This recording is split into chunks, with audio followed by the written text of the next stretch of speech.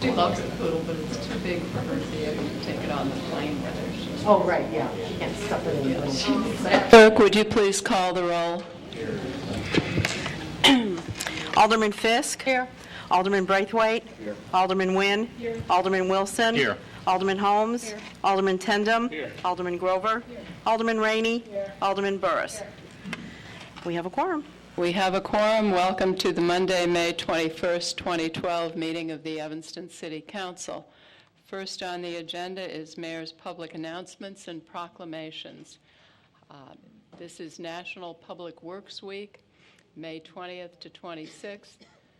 Whereas public works infrastructure, facilities, and services provided have far-reaching effects on our citizens' everyday lives.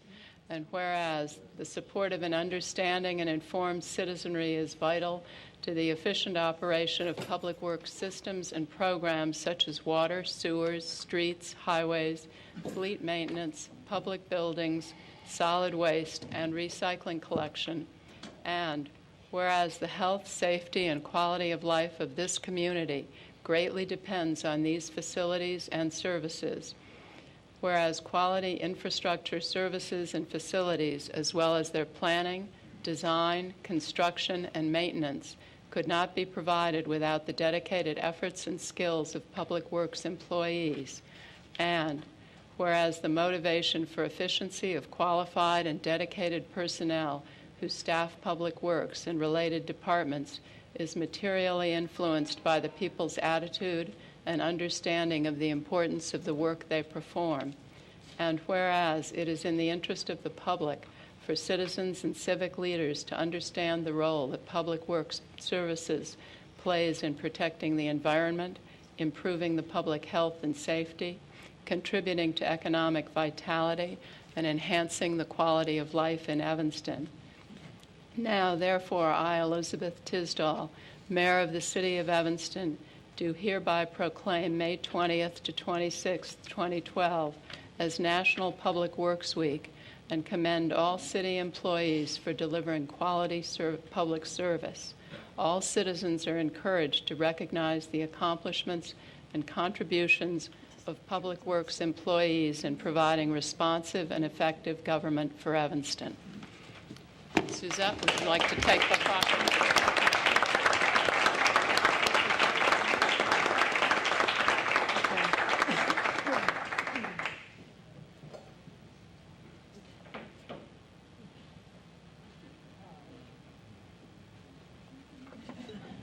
Madam Mayor, could Public Works employees in the audience stand up so we can clap for them too?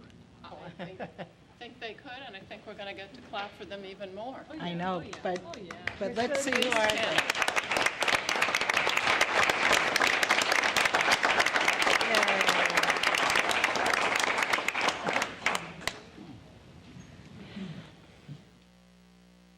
Okay, who does?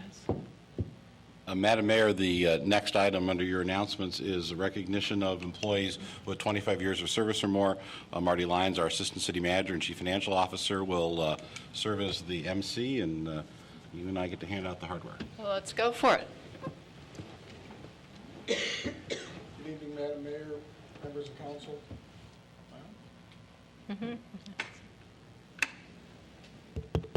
You're on. Madam Mayor, members of council, Deputy Clerk Outwell.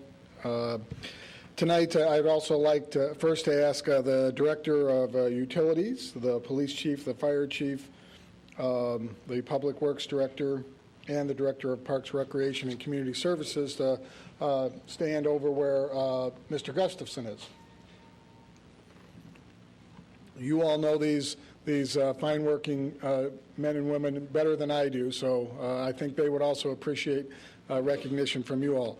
Tonight we honor several employees who devoted their careers and working lives to the City of Evanston. These employees represent, as you can see by the directors and chiefs, a cross-section of our services from life safety and fire, police, public works, parks and recreation, and community services, utilities, and administrative services. From the day these employees started their service with the city, a lot has changed in the way the city provides services and even some of the services we provide. One of the things that has not changed is the commitment that these employees have shown to the city of Evanston. These valued men and women have shown loyalty and professionalism in working for the city of Evanston through many challenging events and times. The city of Evanston expresses heartfelt thanks to all of you, and I will read your names off as we go through. Receiving 25 years of service for the Fire and Life Safety Department, William Muno.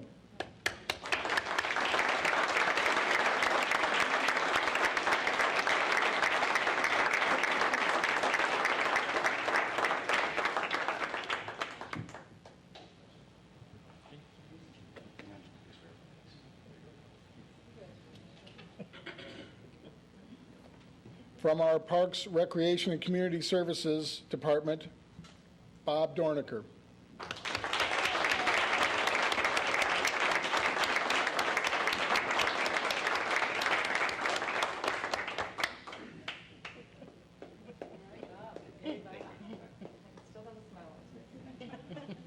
From our Utilities Department, we have 3 individuals receiving 25-year awards. Robert Bauer,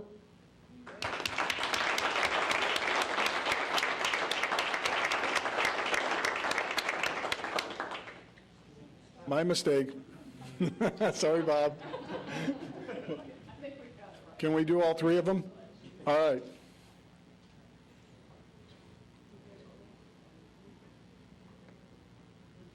David Elston.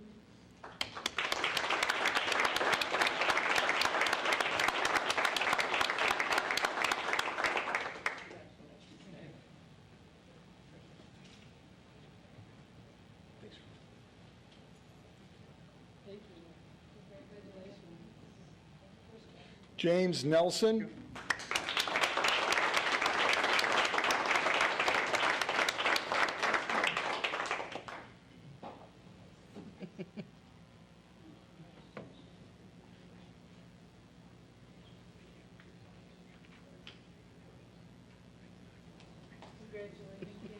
From our Police Department, Richard Warsill.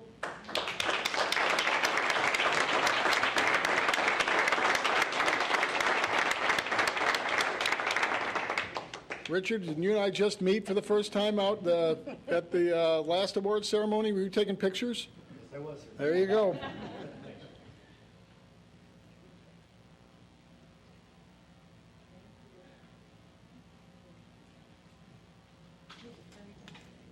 Receiving an award this evening for 30 years of service from Parks, Recreation, and Community Service, Roger Ott.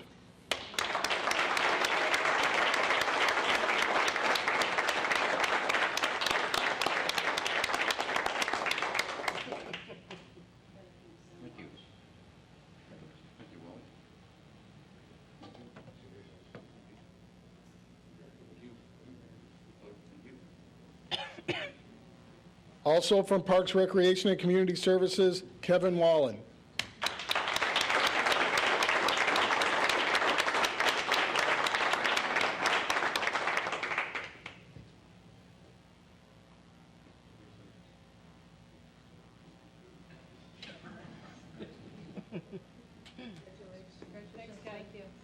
From our Police Department for 30 years of service, Perry Polinsky.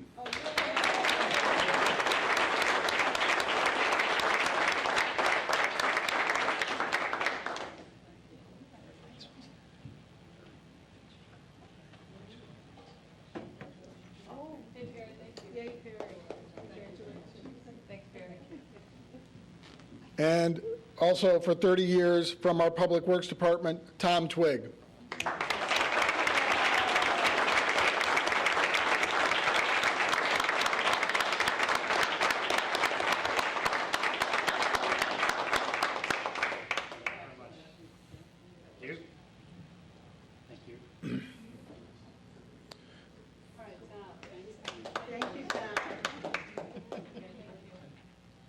And we have 2 more awardees tonight from the City Council.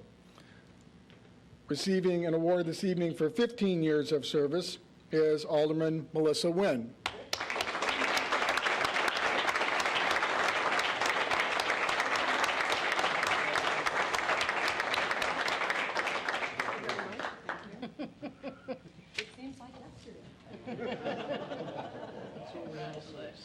Four terms.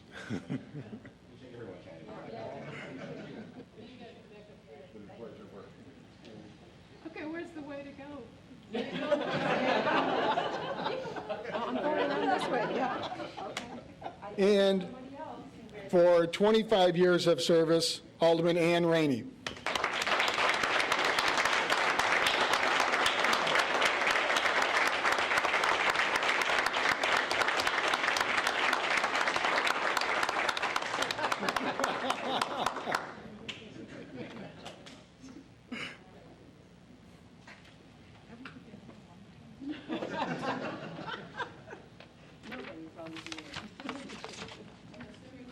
Thank you. Thank you very much.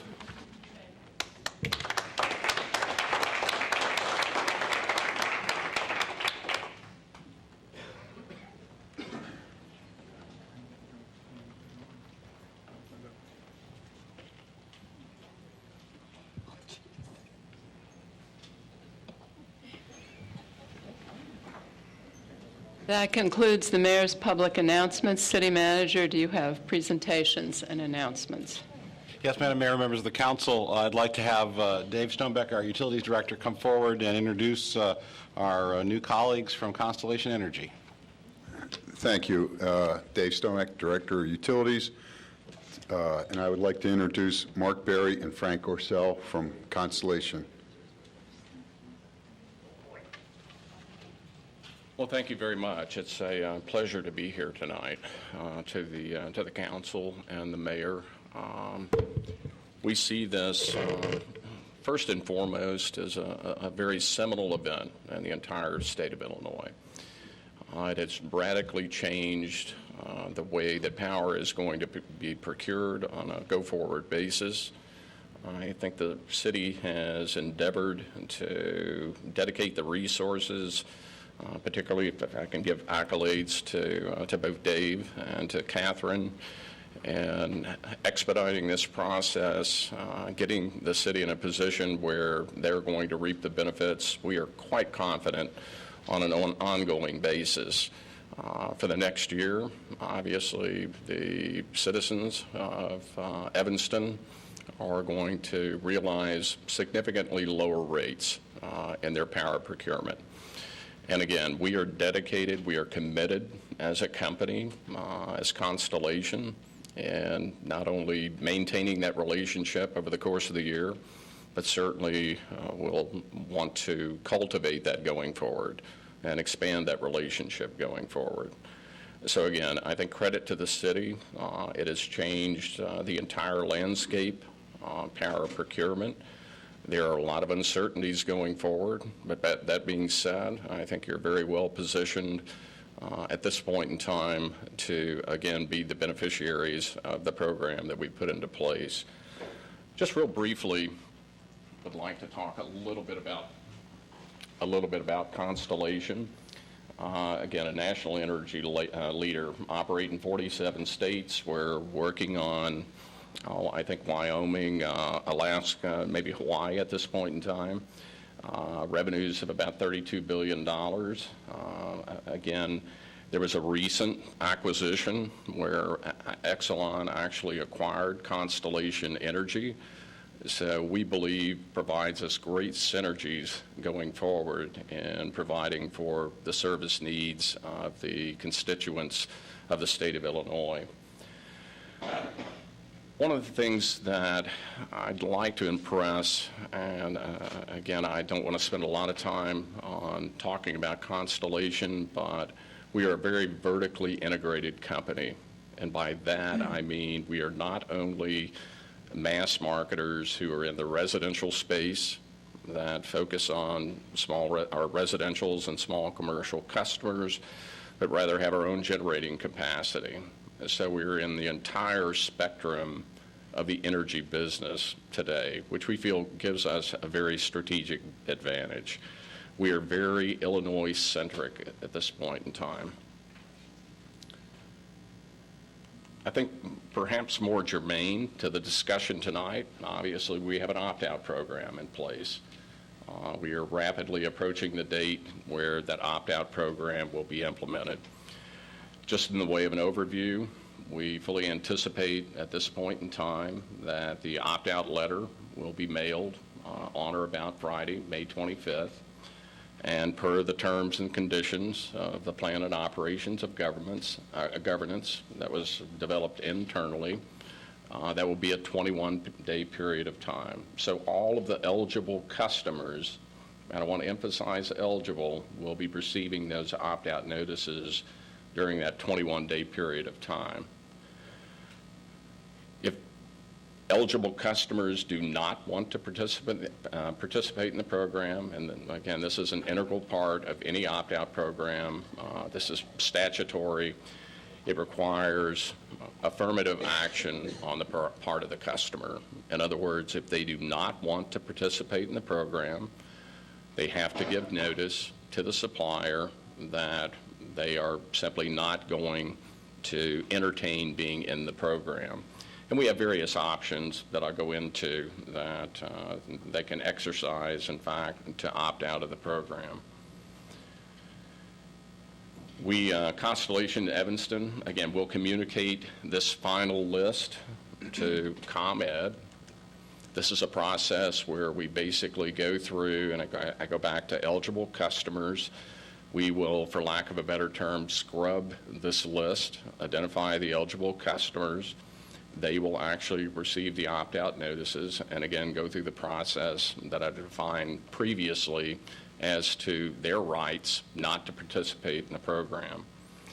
ComEd, they'll confirm the list, process enrollments. This may take approximately 10 business days, and then power flow will commence probably in a July or an August time period.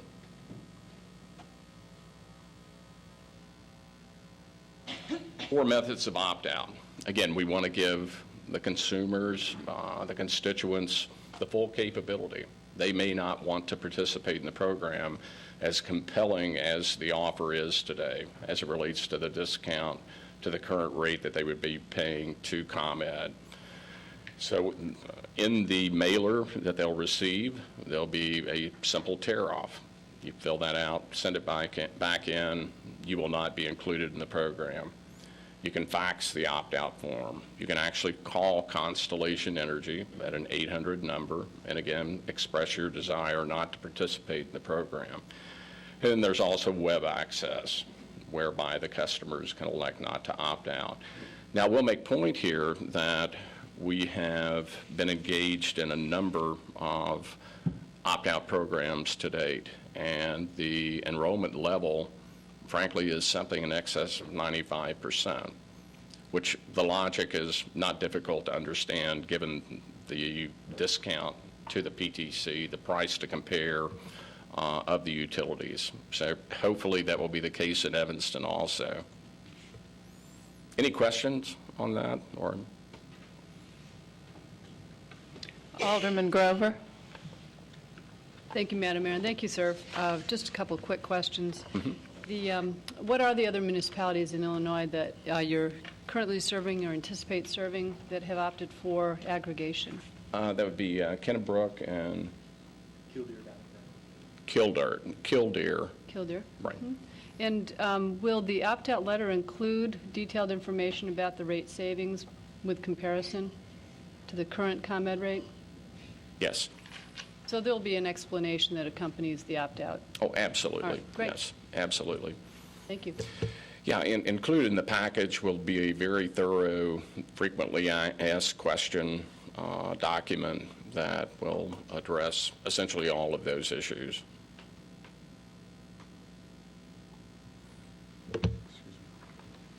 Are there any other questions? If you could dim the lights for a second, we could show you, we actually finalized the letter. Alderman Rainey has one question. I'm wondering if you're going to talk at all about those advantages to those who opt in. I mean, all you've talked about is opting out. Is there going to be more presentation, or are you finished? Is that it? There was this one last slide to talk about the green energy, and then we were going to show the letter and then talk about opting in. And Alderman Rainey, I think the letter is probably the greatest Okay. advertisement for, or staying with it, because it shows the percentage savings in very bold print at the top of the letter. So we'll dim the lights. And I think it would be appropriate perhaps to have a brief discussion on the green component. Obviously, this is something that is of great interest to the city of Evanston, as in most communities that we are dealing with in the GA space. I'm going to let Frank Orcel talk about that a bit. Thank you very much. I'd like to first also thank Dave and Catherine. They've been absolutely responsive and very professional in all of our dealings thus far, and hopefully continue to do so. Just taking a step back before we dive into the slide, renewable energy, as defined, broadly defined, refers to any sort of electricity generated from a resource that replenishes itself naturally. So hydro, wind, solar, and the like. Your plan of operations and governance sort of was laid out in a pricing dynamic that was sought a brown power price and then also a renewable price. We're very fortunate that you guys selected the renewable price, both for your residents and from a just total green perspective with your longer term ambitions. That renewable power is sourced from what we call Illinois adjacent wind. So it's a wind farm constructed post 1997. They meet all the technological criteria for green energy certified. They are compliant with Illinois retail or renewable portfolio standards and also the IPA. In theory, renewable generation displaces fossil fuel generation. EIA statistics prove that over the long term, as potential coal assets retire, that generation is then absorbed with the growth in renewable generation. So by supporting renewable energy certificates, which we will retire on behalf of your city's usage, you are supporting demand for clean energy. And if anyone has any questions, please don't hesitate to ask.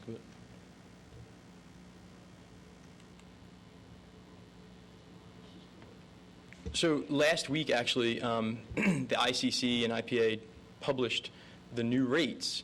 And historically, what we had used in sort of the initial news media announcement was a rate of 7.773 cents per kW hour. The new rates are 7.033 for the summer months and 8.526 for the winter months. So when you straight line the average usage of a customer in Evanston, which is approximately 9,000 kilowatt hours per year, individual residents who opt in or join the program are going to save, on average, $300 per year.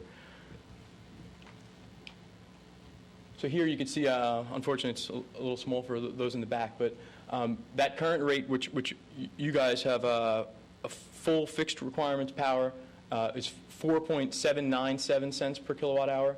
It was a 12-month term. That currently correlated to a 39% discount to the rate you would be charged if you stayed with ComEd. And it is, as defined, 100% renewable energy. Mark pretty much highlighted all the other important aspects of the letter, being able to how to opt out. Dave, is there anything else you'd like me to sort of highlight on here? Or? So just, we're really shooting for this Friday, the 25th, to send this letter out to all eligible customers in Evanston. They're automatically enrolled unless they opt out. They'll receive this letter. It will come in an envelope that's shown at the bottom here, and the top part is what would be in the letter that you would tear off, put on your name, your account number, stick it back in the envelope. It's already prepaid postage. If you send it back, you don't have to put a stamp on it. And in addition to that, the letter also talks about calling the 800 number or faxing the opt-out notice back in. One of the things that the Evanston residents came up with during our meetings was the ability to opt in. If they're already with another retail supplier, they should check to see how much it would cost to get out of the program. Sometimes there's a cost to do that, and we caution you to make sure you check that out first. But if you can get out, you will get information out to all the residents that are in that situation that they can opt into this program. Their termination date would be the same as the city's termination date. The rates and the terms and conditions would be the same as what we negotiated for everybody that's in the opt-out program. Excuse me, Mr. Stenback. Alderman Fisk has a question. Yes, thanks, Dave. Could you also address for small business owners what they will be receiving? Will they be receiving the same? If they're eligible to be, small business owners, if they're eligible to be in the program, they use less than 15,000 kWh annually, and they are not with a different retail supplier right now, they will receive this letter. But if you already are with another retail supplier, you will not receive this letter because you're not currently eligible for the program. However, if you cancel that contract, and again, I caution you to make sure that there's not a penalty for getting out early, and if there is not, or it just expires under its own, you will be able to opt in to this program, and we're still developing that. We want to get the opt-out program going first, and then we'll reach out to the ones that are with different retail suppliers now and make them aware of the opt-in option.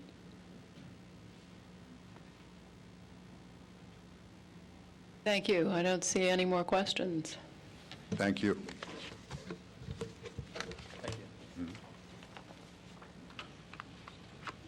City Manager, does that complete your report? Yes, ma'am, it does.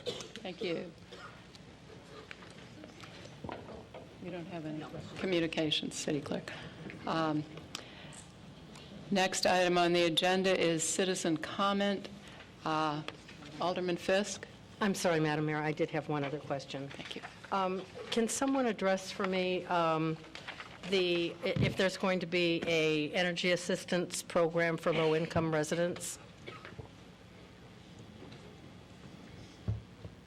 It will be similar to what they currently have with ComEd. If they're currently on the ComEd program, again, the billing comes through ComEd, and that would be the same type of mechanism. Okay, so that's going to stay in place? Yes. Okay. Thank you. Does anyone want to speak on agenda items? I do not see anyone signed up to speak on agenda items. Anyone wishes to say so now? All right, moving along to non-agenda items. I have 3 speakers. Will you each please come up, give your name and address? And you each have 3 minutes. Pod Mareo, B.K. Rao, and Douglas Cannon.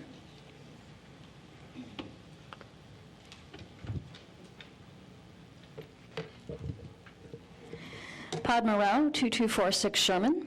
My comments were approved by my attorney. The city mailed legal notice stating that we have the right to speak about Kendall. Your mayors claim that taxpayers are forced to accept your ethics entity's advisory opinion fails in logic and law. An advisory opinion binds no one, especially when it fails to address taxpayers' concerns. I submit that no matter what public officials may want, taxpayers can decide for themselves what to reject as a sham. We oppose this council's vote at Kendall to sentence over 24 trees to death for no reason and to endanger pedestrians with an alley that dumps traffic onto the narrowest street. The Evanston Patch reported that your first ward member assured the developer's lawyer that your vote would be pushed through no matter what taxpayers say. You voted with no discussion. You attack us for stating the negative impact of your vote. At your April 10th meeting, your first ward member said she had more closed-door meetings with the developer. When you use city resources, taxpayers have the right to speak. The trees at Kendall are among our oldest living neighbors. Scientific authorities state that trees are oxygen factories that combat greenhouse gases and that mature trees enhance property values. The city code 6176 requires tree protection. You claim to be a Tree City USA with green initiatives, but I submit that there is nothing green about needlessly killing so many trees in just one block. The developer's lawyer stated that Holland & Knight was hired to sue the city even though the same firm represented and was still being paid by the city. The rules of professional conduct forbid such double representation against a current or former client. Your first ward member's son works for the same firm, but your first ward member pushes the plan. The U.S. Supreme Court condemned such a conflict of interest in Nevada Commission on Ethics versus Kerrigan. Your ethics entity cannot pardon violations of state or federal law, nor can it overturn the U.S. Supreme Court. I submit that your insistence on silencing taxpayers creates the appearance of a cover-up of serious wrongdoing. At your April 30th meeting, I asserted my right to opt out of your electricity aggregation scheme and make my own contract decision, as suggested by the Evanston Sentinel. You attacked me and refused to legally record my decision. I submit that your refusal to let me opt out is slamming and invasion of privacy in violation of federal law regarding consumer privacy and unfair trade practices. Agenda item SP6 involves a so-called amendment to increase the city budget. When you failed to accurately present the entire city budget at public workshops months ago, then I submit that taxpayers cannot trust you to take over the township's duties as the safety net for our neediest neighbors. Protect the trees and pedestrians at Kendall as the city code demands. Stop attacking taxpayers for objecting when your votes and actions adversely affect them. See you all next time.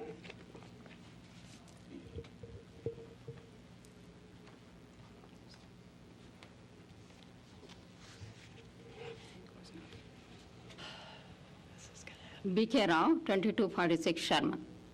My comments were approved by my attorney. The Kendall resubdivision involves killing many mature trees. This is unacceptable in a tree city USA. It is also unacceptable because of traffic hazards caused by a bad alley configuration. As legally affected neighbors, we have the right to bring our grievances to this council. Addressing taxpayers' concerns should be important to this council. Yet, the Evanston Patch reported that your first ward member assured the developer's lawyer that your vote would be pushed through no matter what citizens comment. Instead of addressing the taxpayers' concerns, your mayor tried to suppress us by interfering with our comments several times. Your 8th and 7th ward members tried to divert attention from the issues with their own sideshow attacks against us. Finally, your mayor turned the microphone off on us on April 23rd and last week. Any respect for this council evaporated when you chose such a course of conduct against taxpayers' right to speak. If you want taxpayers to respect you, then you must respect the taxpayers and their concerns, whether you agree or not. That is your duty as public officials. Protect the trees at Kendall. That is the only way you can live up to your claims as a Tree City USA. I lend my voice to defend the voiceless trees, and I will not be silenced. I will be back.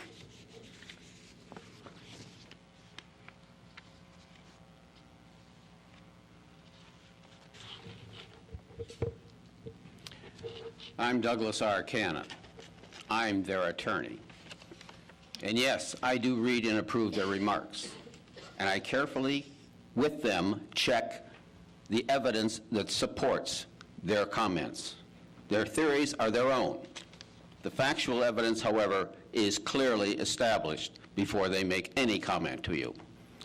I have been told that the Ethics Committee has removed from jurisdiction this council's consideration of ethical violations, if any. I'm not making any specific allegation that might be a part of the Kendall and Holland and Knight situation.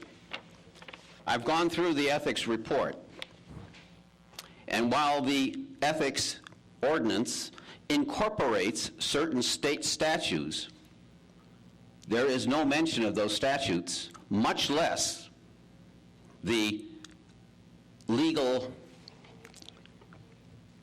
interpretations thereof found at each statute. I call to your attention 50 ILCS 105/3, prohibited interests in contracts. Again, None of you can have an interest even through another party. And that is supported by an opinion from the Attorney General that goes to the appearance, the mere appearance of conflict. That Attorney General's opinion is 1993 OP General 93-010. Number 2, interests in contracts. 65 ILCS 53.1-55-10. It is almost the identical wording of 50.105.105/3. Directly in the officer's name or indirectly in the name of any other person, association, trust, or corporation. Look it up, read it carefully. And then I would suggest you read the annotation there too. People versus Charlo, a Illinois Supreme Court case that went to the United States Supreme Court and was upheld. That is an enlightening document. If you think this is not a serious matter, let me read to you what the penalty is for violation of these statutes. 50 ILCS 105/4, penalty. Class 4 felony, and in addition thereto, any office or official position held by any person so convicted shall become vacant and shall be so declared as part of the judgment of the court. The state of Illinois is not fooling around with this issue. And I would submit to you, if you don't like that, go to the United States Supreme Court, Nevada Commission on Ethics versus Kerrigan, a remarkably close assimilation of this case. Read it. It has been cited to you previously. I would suggest you study it. As for cutting off the microphone, Mr. Cannon, I need you to wrap up. I'm going to do that right now, Madam Mayor. I call to Madam Mayor's attention 65 ILCS 5/3.1-55-15. Misconduct of a municipal officer. Willful and corrupt oppression, malconduct or malfeasance in the discharge of duties upon conviction shall be fined not less than $501 nor more than $1,000. The court entering the conviction shall enter an order removing the convicted officer from office. Madam Mayor, take heed. Lastly, disclosure of FOIA Cannon, requests. you are way over your time limit. Disclosure of FOIA request. I would suggest you look at Mr. Chicago Cannon, Alliance take for Neighborhood heed. You Safety are way versus over your Chicago time limit. 348 Illinois app that absolutely forbids such disclosure. Thank you.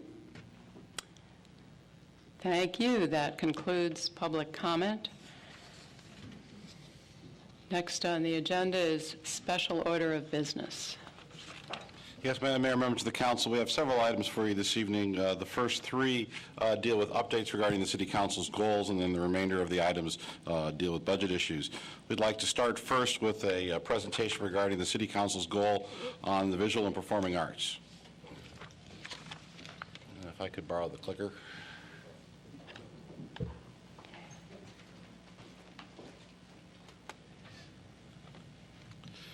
We have several sections of the report this evening. First, I'm going to ask Jeff Corey, our cultural arts manager, to come up and do an overview of where we currently stand with our cultural arts programs.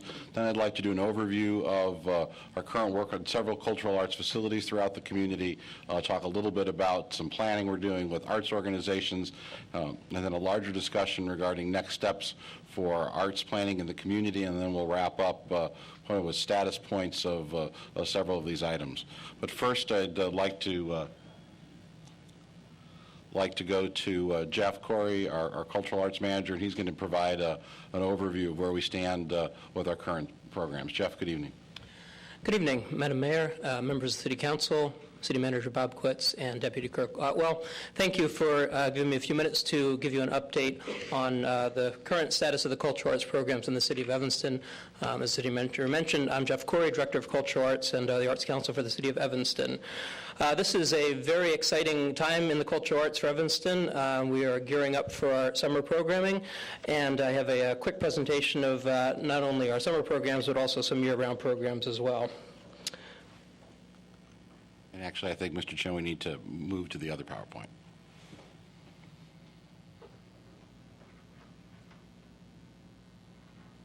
Yes, there we go.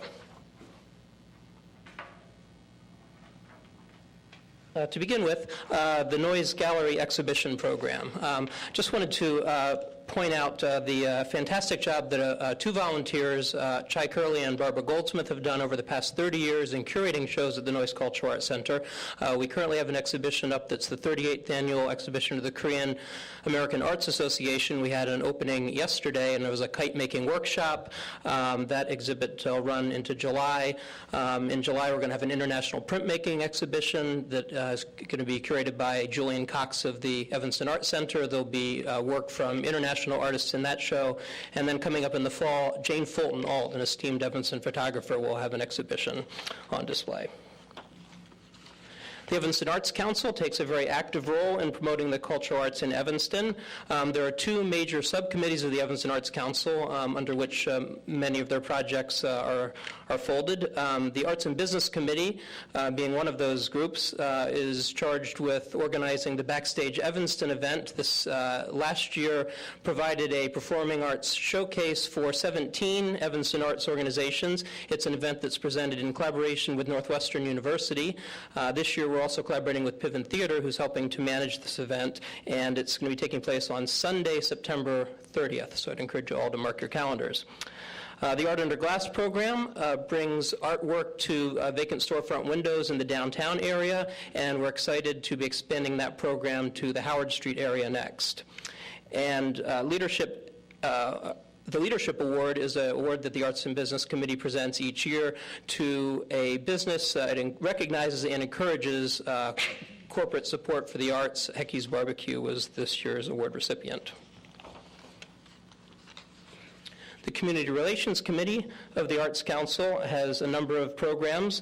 EvanstonArtsBuzz.com, I hope you're all familiar with, is an online calendar of events that focuses on arts and culture throughout the year in Evanston, and I've been speaking with Arts Council co-chair Heidi Bloom, City Manager Bob Quitz, and Erica Storley about enhancing and upgrading that so that it has additional functionality going forward, and we're very excited about that.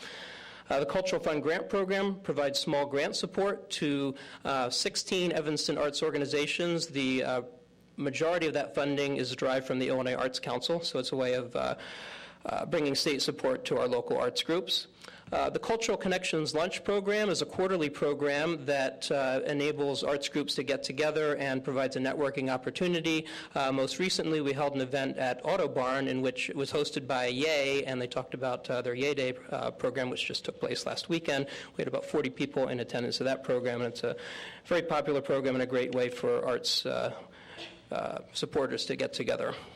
And finally, the Arts Council is working on a student art gallery project at the Civic Center. Mayor Tisdall, I believe, spoke with the co-chairs of the Arts Council and encouraged them to bring artwork to the Civic Center. We're working with a new member of the Arts Council, Nan Stein, who's a school teacher, in trying to get that program up and going very shortly. So hopefully we'll be seeing some student artwork in the Civic Center very soon. The Public Art Committee is charged with managing the city's public art collection. There are several projects that they are currently working on. There's a Percent for Art project in the downtown Washington National TIF number 4 district, which will be coming forward to City Council shortly for consideration. We've had a number of community mural applications this summer. This is a preview of one that you'll be seeing shortly. This is the Justin Wynn Fund has proposed a mural in downtown Evanston for the end of the summer. And also the Public Art Committee is working on a proposal that they hope to bring forward regarding the possibility of bringing public art bike racks to Evanston. A number of communities from Louisville to New York City to Portland, Oregon have encouraged biking and also enhanced their streetscapes through the creation of public art bike racks, and we'd like to see that happen at Evanston as well. This summer, the Evanston Ethnic Arts Festival will be celebrating its 27th year. It's one of the major highlights of the summer season in Evanston. It gives people an opportunity to sample a wide variety of world cultures. There'll be close to 100 artists, food choices from a variety of different ethnicities and nationalities. It's a fantastic entertainment lineup. Sidi Touri, Malian guitarist, is one of the highlight performers. We're also working on trying to involve Evanston Evanston youth in our summer programming. And to that end, we have a group called Young Chicago Authors, which was featured in a recent documentary film called Louder Than a Bomb. They're going to be collaborating with an Evanston Poetry Slam group. We also are going to be doing a collaboration between Soul Creations and Evanston Escola de Samba, so it'll be an Afro-Brazilian mashup. There'll be Armenian dance, all kinds of great activities on the lakefront. That's July 21st and 22nd. The Evanston Lakeshore Arts Festival turns 40 years old this year. Time flies. There will be 125 artist vendors on the lakefront. We are also working on involving ETHS performing groups on that program as well. There's a silent auction, food, and just a really wonderful weekend event on the lakefront in August, the first weekend of August. Summer arts camps. Noise Cultural Arts Center is buzzing with activity during the summer. The City of Evanston produces 16 thematic arts camps. I'll quickly run through the list of arts camps we're presenting. There's a full-day arts camp, a media camp, an advanced media camp, a writer's workshop, early childhood arts camp, costumers camp, night camp, crafters camp, princess camp, radio camp, magical works camp, pirate camp, full-day historical camp, time travelers mini camp, Battle of the Bands mini camp, and YAP, the popular young artists program, which is for teens. And in addition, Piven Theater, Actors Gymnasium, there's just a myriad of camp programs taking place at Noise during the summer. And the City of Evanston Arts Camp programs serve about 400 students each year, starting June 11th, running through August 31st. We also have some camps taking place at the Orrington School as well. And the city also presents thematic camps during winter and spring break as well as educational opportunities for young children throughout the year. Angela Allen from the Cultural Arts Division staff just does a marvelous job, very innovative and creative. She has a very enthusiastic and avid following among Evanston residents for her camp programs, and I thank her for her good work. The Fleetwood Jordan Theater is also based at the Noise Cultural Arts Center. I've listed their summer programs here, but Tim Rose urged me to point out that they do have programming that takes place throughout the year. This summer they have an extremely ambitious schedule of activities. There will be 3 main stage productions at the theater at Noise, 3 reading series presentations also at the Noise Theater. They have 2 summer camps that they are running at the James Park Fieldhouse. There are 2 summer concerts that will be taking place in late August at the Noise Theater, and there's also a kids' matinee series. During the year, Fleetwood Jordan Theater also presents a teen drama club, a senior citizens drama club called Primetime Players. They present a Merry Kwanzaa holiday production, and there's also a youth and senior ensemble project that brings together teens and seniors and enables them to share life stories. Starlight Concert and Movie Series is a very popular program of the city.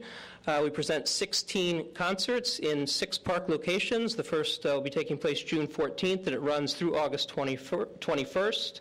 The parks are Dawes, Twiggs, Harbert, Bent, Brummel, and James Park. We have a great lineup scheduled this year. Each year we actually put out audience surveys and ask the audience what they want to see. And far and away, the 2 groups that people said most often they wanted to see were the Waco Brothers and Question Mark and the Mysterians. And we aim to please, so we're bringing back both Waco Brothers and Question Mark and the Mysterians. And a number of other terrific performers.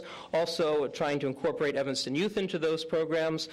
We have a young hip-hop group, recent ETHS graduates called The Loneliest Funk. They're going to be sharing a bill with a Chicago soul group called the Oh My's, so we're excited about that. And we're also going to be incorporating some ETHS comedians as opening acts for some of the Starlight performers.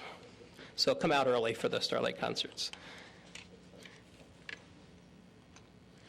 We also expanded the Starlight Concert Series last year to include movies. We are returning again with 8 Starlight movies, and at the request of Alderman Rainey, we will be featuring Sing-Along Grease at Brummel Park, as well as 7 other films. They're at the same park locations as the Starlight concerts, but we add Elks Park as well for the Starlight movie series, and that takes place August 8th through September 8th. And finally, we try to collaborate with community groups as much as possible. We provide rehearsal space and encouragement for the Shakespeare in the Park program, Muse of Fire. The Citizens Greener Evanston Art Showcase takes place at the Noise Culture Arts Center. The Faces of Evanston photo competition reception is held annually at Noise. Art Encounter does an intergenerational art exhibition, and we do what we can to encourage arts activities throughout the city. Thank you. Thank you, Jeff. We go back to the other presentation. So that gives you a good sense of the breadth and depth of the programs that we're already doing here. But in addition to that, we're working on several fronts on a whole variety of different cultural arts facilities. The first, of course, the Noise Cultural Arts Center. As I think you're all aware, over the last year or so, I've been meeting with the tenants of the center to look at different ways to ensure the ongoing support and operation of the center. That has led to a set of new lease conditions, which the tenants, I think, will find more favorable to their ongoing operation. We'll hope to have that to the Human Services Committee at its June meeting and then back to the council later in June. There's also been organized a tenants association at Noise to work together among all the tenants, both the large performing arts organizations and the small individual tenants, on issues of concern. And then finally, city continues to work with the Piven Theater Workshop on their proposal to move forward with a long-term lease of about a third of the building that would allow them to move forward with the construction of a new black box theater in the facility, as well as other space. So those negotiations are ongoing.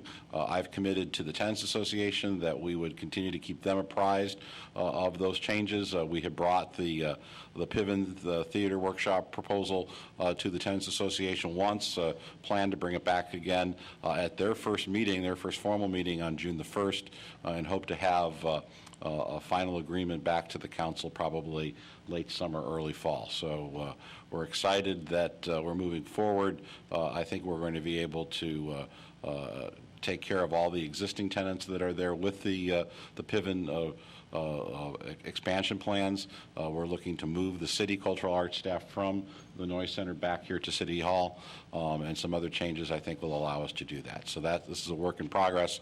We'll continue to keep you posted on how that's all going. Next is our work with the Harley Clark Mansion, and as the council is aware, at your last meeting, move forward with the request for information. That has now been issued, is on our website. We have made that available in the community, so there's a time frame set for that to come back to the council. In addition to this, we continue to have discussions with the Evanston Arts Center on their relocation from the Harley Clark Mansion. They are moving forward. They have identified at least one facility that they think will meet their needs elsewhere in the community, so we continue to work with them on relocation. We have said continuously that this is a partnership move. We would work closely with the Harley Clark Mansion as we move forward with other uses in such a way that the Evanston Arts Center is not in any way dislocated through this process, and through their partnership with the City of Evanston, that continues to move forward. City Lit project. This is some artist renderings of the project that is moving forward on Howard Street with City Lit. We continue to work on the design and the plans and specifications for the facility. We plan to come back to the City Council with an update on that project at your meeting on June the 11th. Next is another project dealing with cultural arts facilities in Evanston, and that is the National Endowment for the Arts Downtown Arts District Study. That contract was awarded by the City Council on May 14th, 2012, and the plan is to have that report back to the Council in the fall of 2012. So it's clear that there's a lot of cultural arts facility issues going on throughout the community, but there's yet even one more. And that is a project that broke ground just last Friday at Northwestern University. This is renderings of their new Beanon School of Music. You can see an aerial and a side shot, and then the large performance space. It's a little bit difficult to see here, but with the rendering, that performance space would have a backdrop of the skyline of downtown Chicago. It's a $117 million project. It will include a 400-seat recital hall, a 150-seat black box theater, and that is looking for an opening in fall 2015.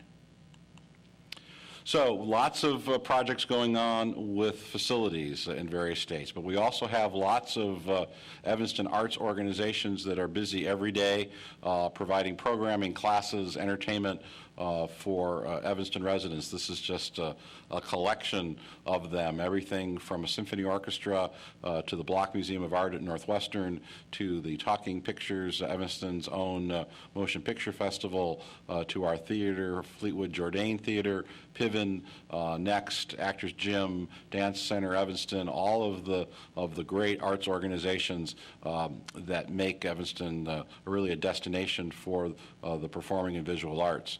One of the things I've discovered in my work over the last year or so with these arts organizations is that unfortunately, because they're so busy doing that, they don't spend a lot of time collaborating with one another. So in talking with some of them, I created a lunch club, and that lunch club is made up of the leadership of each of those arts organizations, really to get them together to talk in an informal way about what they're doing citywide. We've had 2 meetings so far. We've talked about their needs at the last meeting, which was at Dance Center Evanston. We were able to talk about joint marketing and promotion. It's amazing that some of the groups really aren't aware of things that are available to them.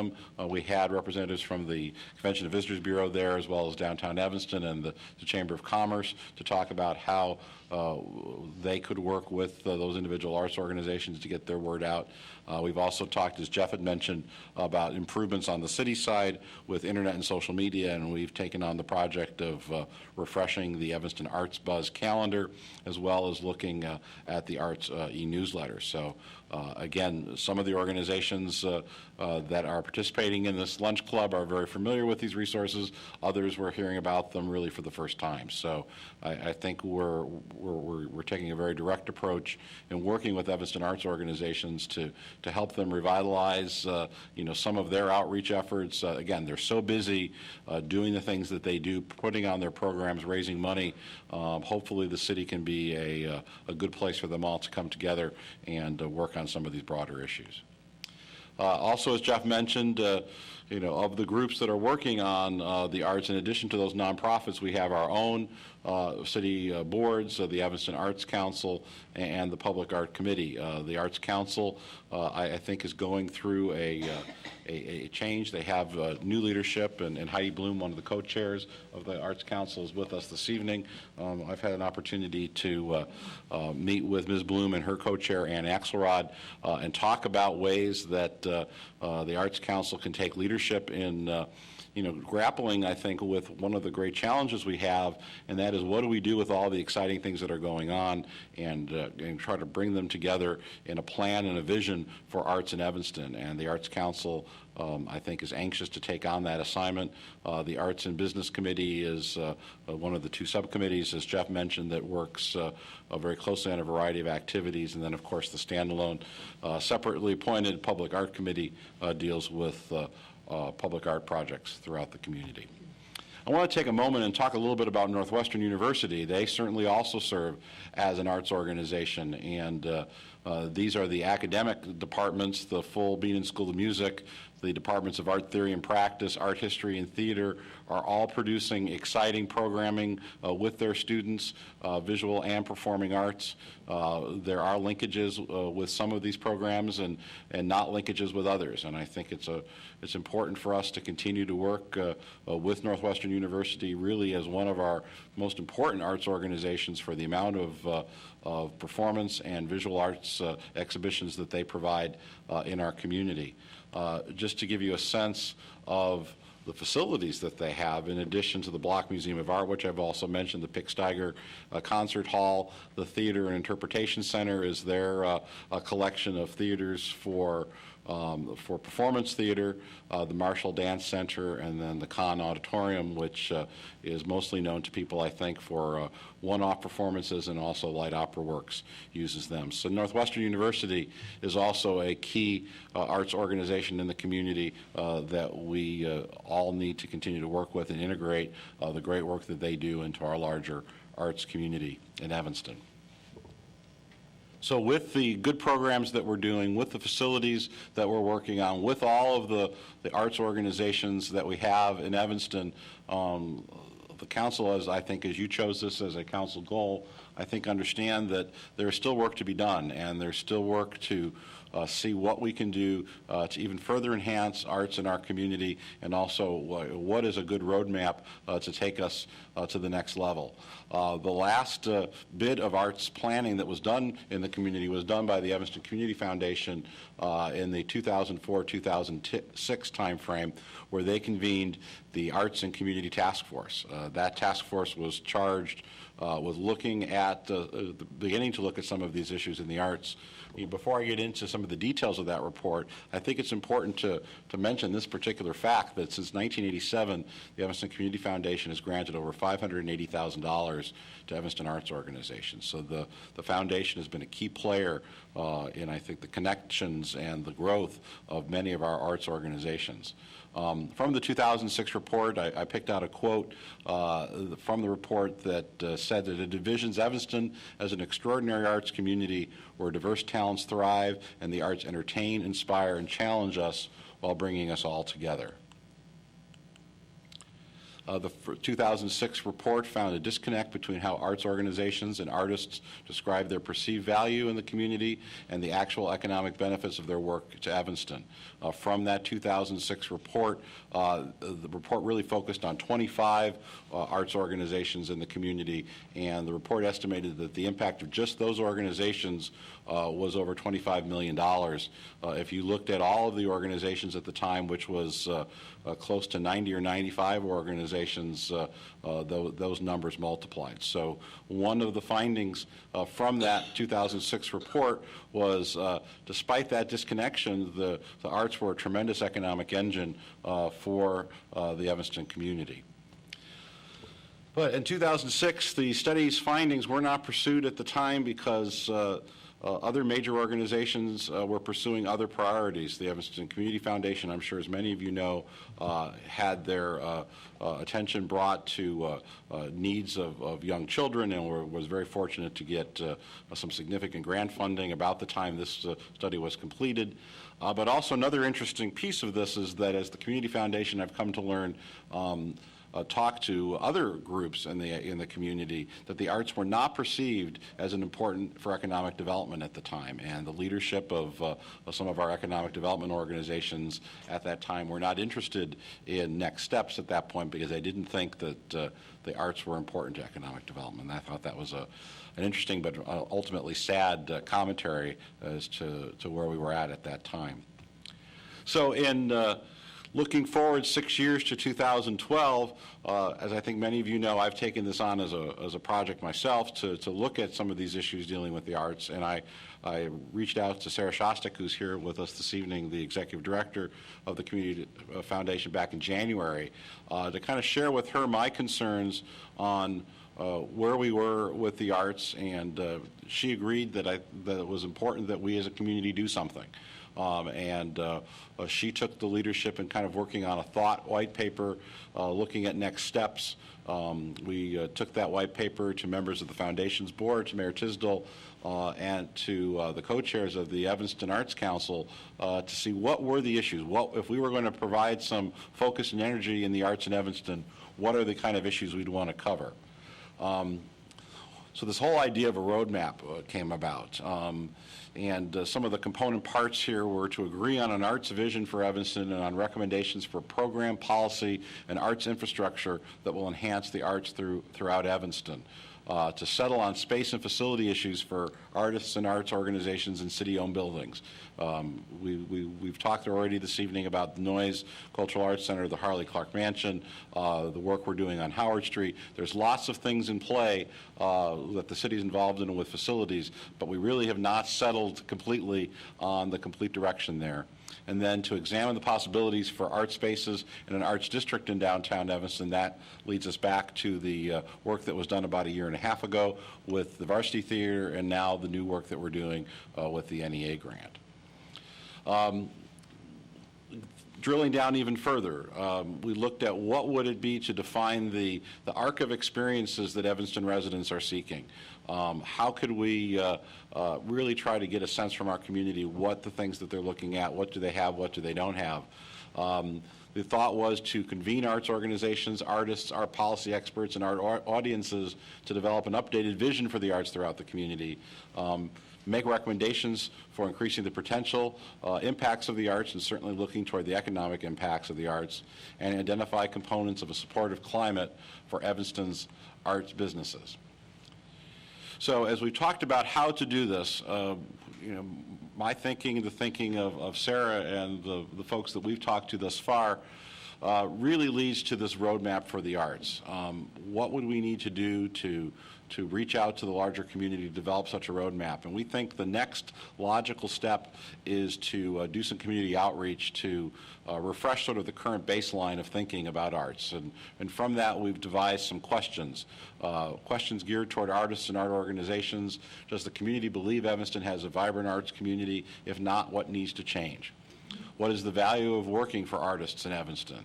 What is the role of artists and organizations to give back to the community? And then as far as Evanston residents, what role do the arts play in their civic and economic life of Evanston today? And what should be the role for these organizations, for arts and organizations in Evanston in the future? So this is where we're at this evening. As far as how to conduct a community outreach for current baseline, I would really encourage the council's feedback this evening to see if you believe that if this makes sense. Again, in my discussions with representatives of the Community Foundation, we think it does, and the Community Foundation is prepared to move forward working with us to conduct such an outreach over the next few months. Once that outreach was completed and that information was collected back, we think it makes sense to convene a task force to review all current information to develop a vision and roadmap for the arts in Evanston. Again, with anything like this, there are, of course, challenges, and one of those challenges is financing of the project. I think it would make sense for the City of Evanston to play a major role in this. The Community Foundation has already committed its active participation in this, but I think we need to look for other community partners to join us so that this is not just the City or the Community Foundation, but really it's all parts of the Evanston community working together to develop this roadmap for the arts.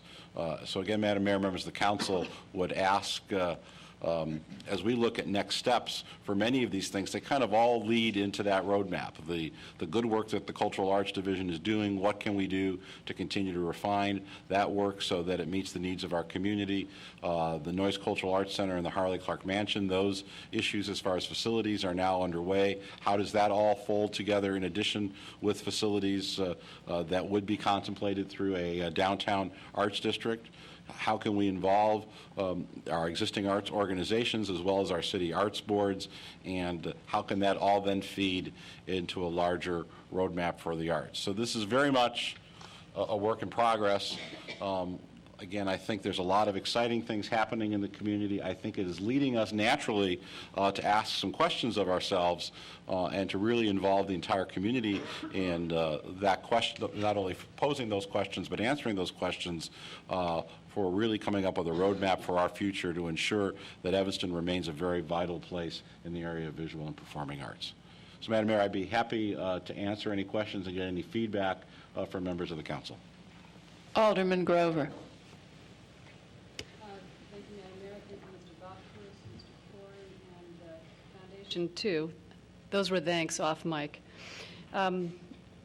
It's pretty clear that the arts in Evanston is not a standalone enterprise, and the more we recognize that it's part of our economic development strategy, too, I think the better. I think it is an integral part of our economic development plan, as a matter of fact. And so cultivating and evolving our arts community, I think, is all upside.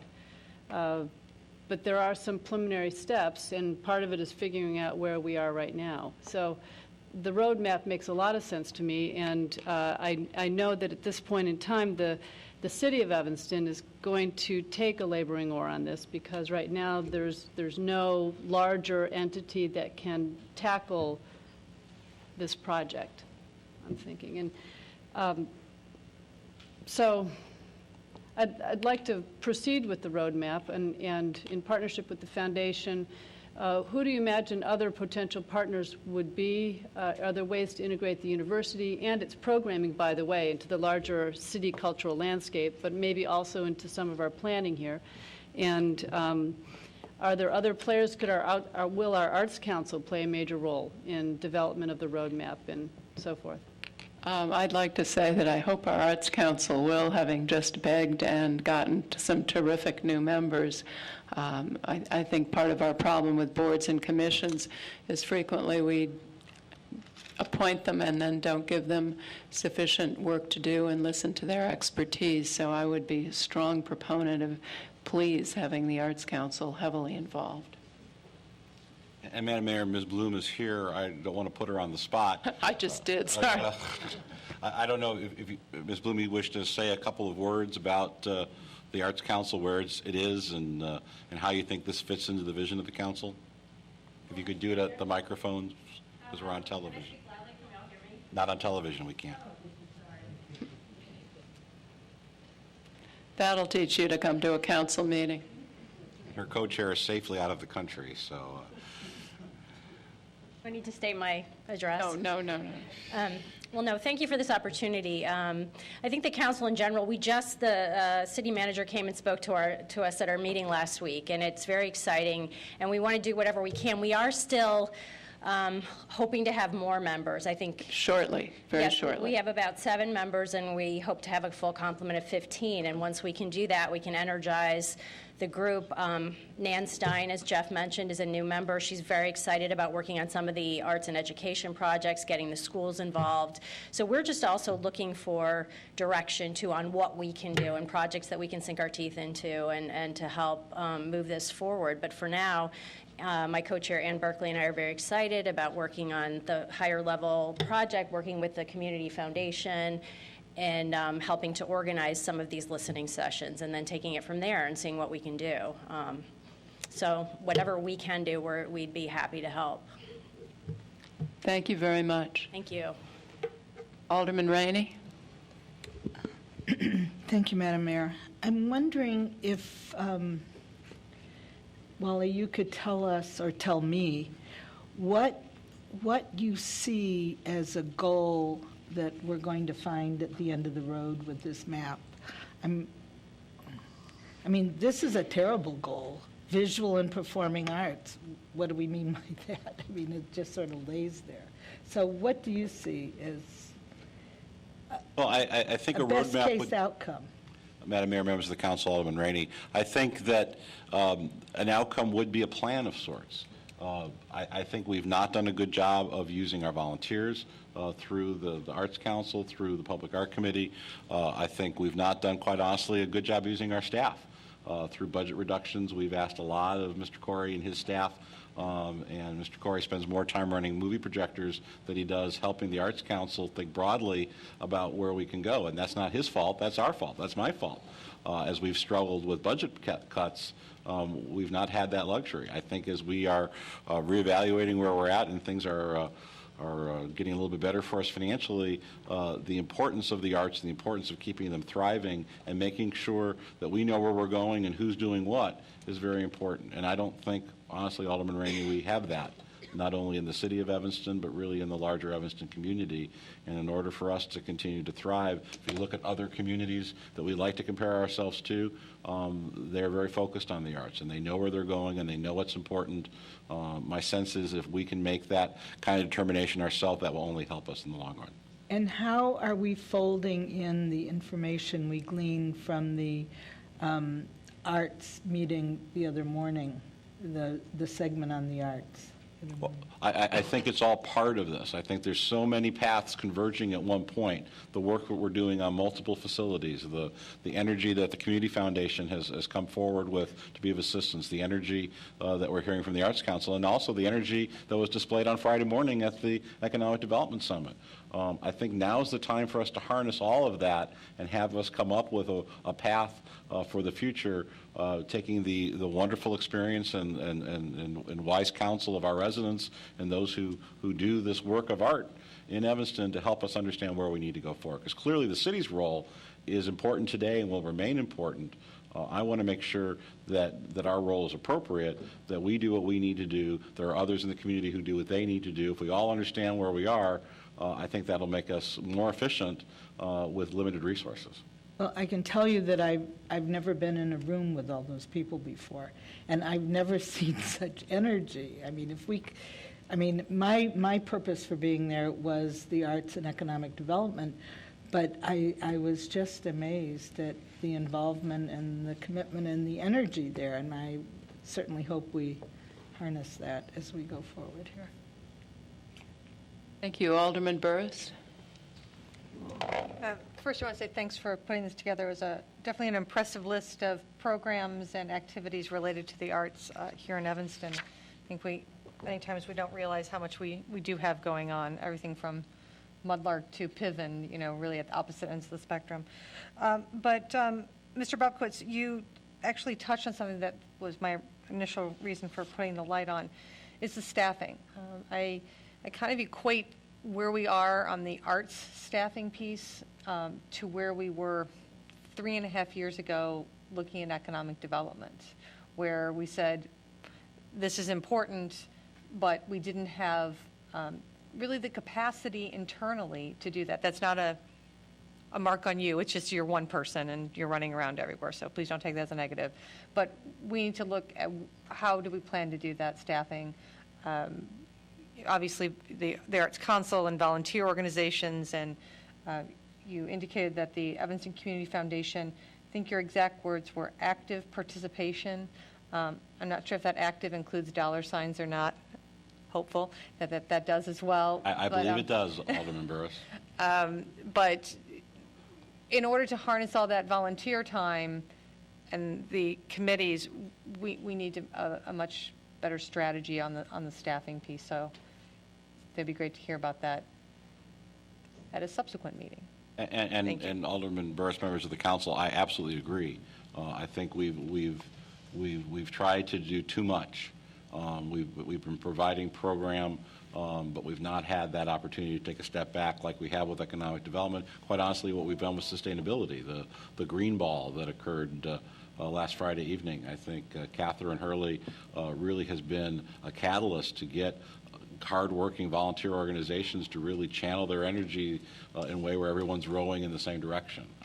And I see the work we've done with the sustainability groups as a real model for what we've done here. We have the Environmental Association taking the lead with the Ecology Center funding. We now have a Tenants Association at Noise, which is willing to step up and take more responsibility with fundraising there. All that needs to be coordinated by a key staff member, and we've not had that opportunity given we've been doing so many other things with our Cultural Affairs Division. Alderman Grover. So what you're suggesting is that the city play more of a role, more than just a convener and a provider of arts programming, that the city do more than that is part of this roadmap. And I think part of it is, effectively using our volunteers through the Arts Council. I'm not trying to reinvent a wheel here. I mean, there are communities similar to us who have very thriving arts councils that have an important volunteer component, but also have a staff component that allow them to move forward. There are also nonprofits other than arts councils that are active, either the arts organizations themselves, like the Community Foundation. The Community Foundation has been able to raise hundreds of thousands of dollars to support that. That's a critical element to have those kind of resources. So I would hope that the council would endorse sort of this idea of moving forward with a roadmap. The Community Foundation is committed to be our partners with this.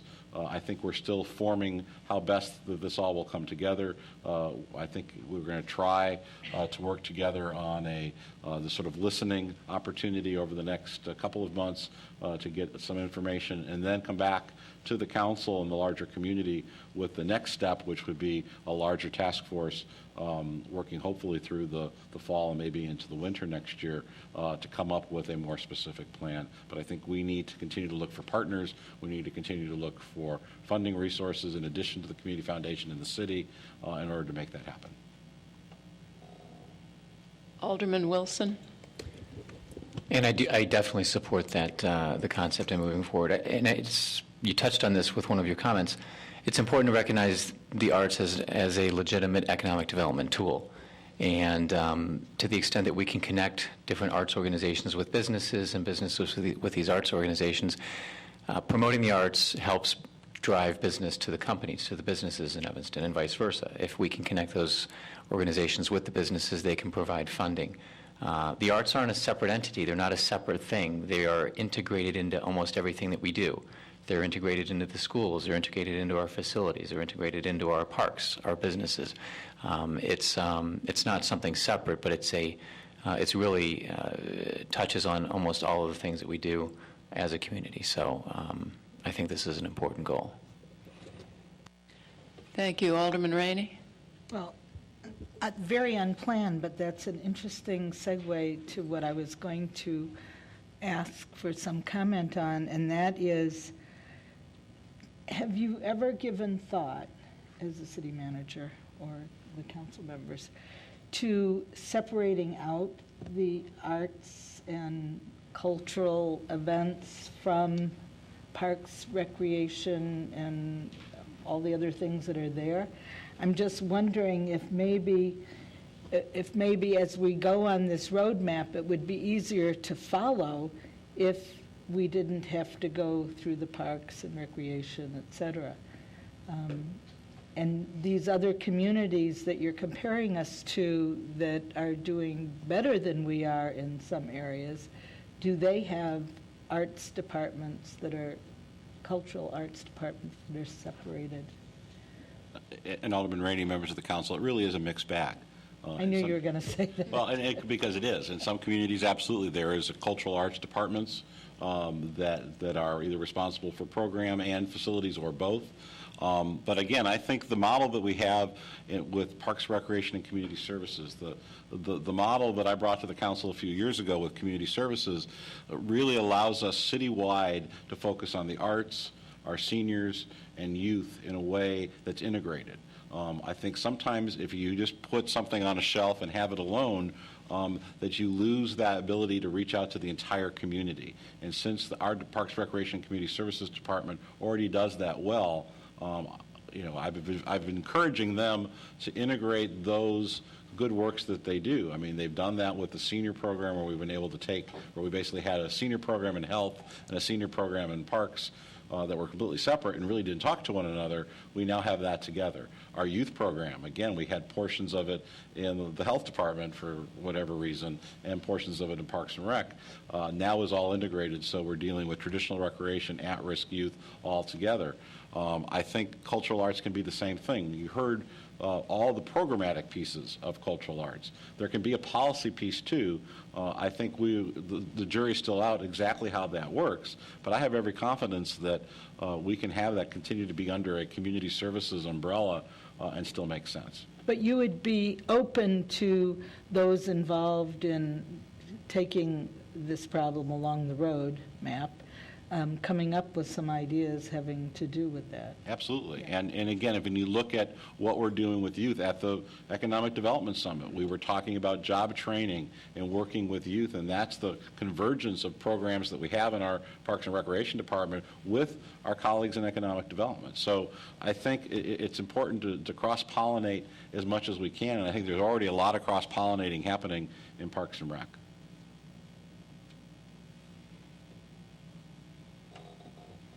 Alderman Grover.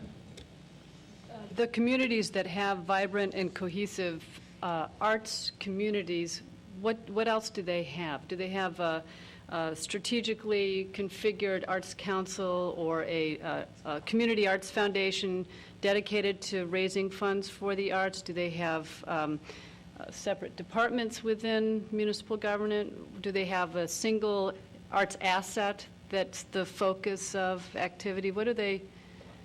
Again, it's the mixed bag. Well, I won't say it again. It's really all of the above, and I think every community looks to its strengths. I mean, for example, just the number of arts facilities that we either have today or are working with to improve are more than any community of 75,000 That's that an you're going to asset. find. I mean, that's an asset, absolute just the asset. number of. But I think one of the things yeah. we struggle with is that these organizations are so focused on the delivery of what they do. It's that cross-pollination. It's that connectiveness between one another. How can we get the Piven Theater Workshop not only to continue to focus on facilities, but also to broaden what they do to other parts of the community? How can we not have those silos, but really be mixed in different kinds of ways? Again, I think that's one of the things that Parks, Recreation, and Community Services helps to do, is to make sure we leverage not only our arts facilities, but our recreation facilities, that we leverage our talented staff, not only in the arts, but for seniors and for at-risk youth and traditional recreation. We can do all those things. That's something that a lot of communities don't do because it's hard. And I think that it can be something.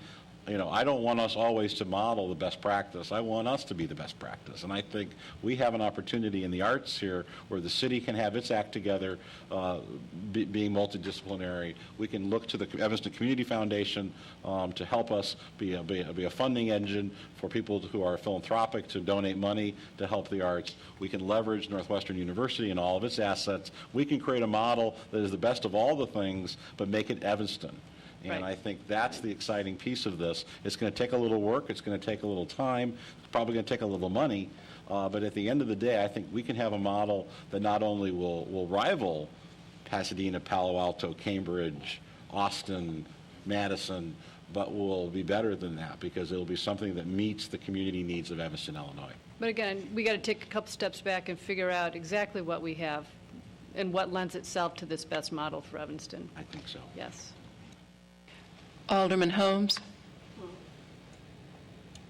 That was probably wrapping up what I was going to say, Alderman Grover, in terms of what I think I hear you saying, City Manager, is that you want to work with this, I don't know if it's the lunch club and the Community Foundation, pull in Northwestern. Some people come up with a plan, come up with a task force to begin to look at coming up with a bigger plan that can take us to where we want to go with the arts in Evanston. Is that simple as that? Okay, I thought I heard you. Are there any more questions, suggestions? All right. Thank you, Madam Mayor. We'll take those back, and we'll keep you posted. The next item we have for you is on another City Council goal, and that's regarding the efficiency and effectiveness of services. We have spent some time talking with you about 311, and I think the ways that tool has really helped us, but we're here this evening to talk about another component of this council goal, and that is a new set of citywide performance measures. Godwin Chin, who is our ICMA Local Government Management Fellow, and I'm happy to announce this evening that both ICMA and Godwin have agreed for Godwin to continue for a second year. So I'm honored. Thank you. Rather than find someone new, we've decided we'll keep the good one we've got. And so, Godwin, thank you for agreeing to stay on another year. But Godwin has been the leader working with our operating departments on these new set of performance measures, and he's here this evening with the report. Good evening. Godwin stays, just so that he knows. It's unanimous from the council, too. No vote required, Godwin. All right. Good evening, Madam Mayor, members of the council, Godwin Chen, ICMA Fellow, member of the City Manager's Office. Presented for your discussion tonight are citywide performance measures, or CPM, assembled in pursuit of City Council goal, efficiency and effectiveness of services.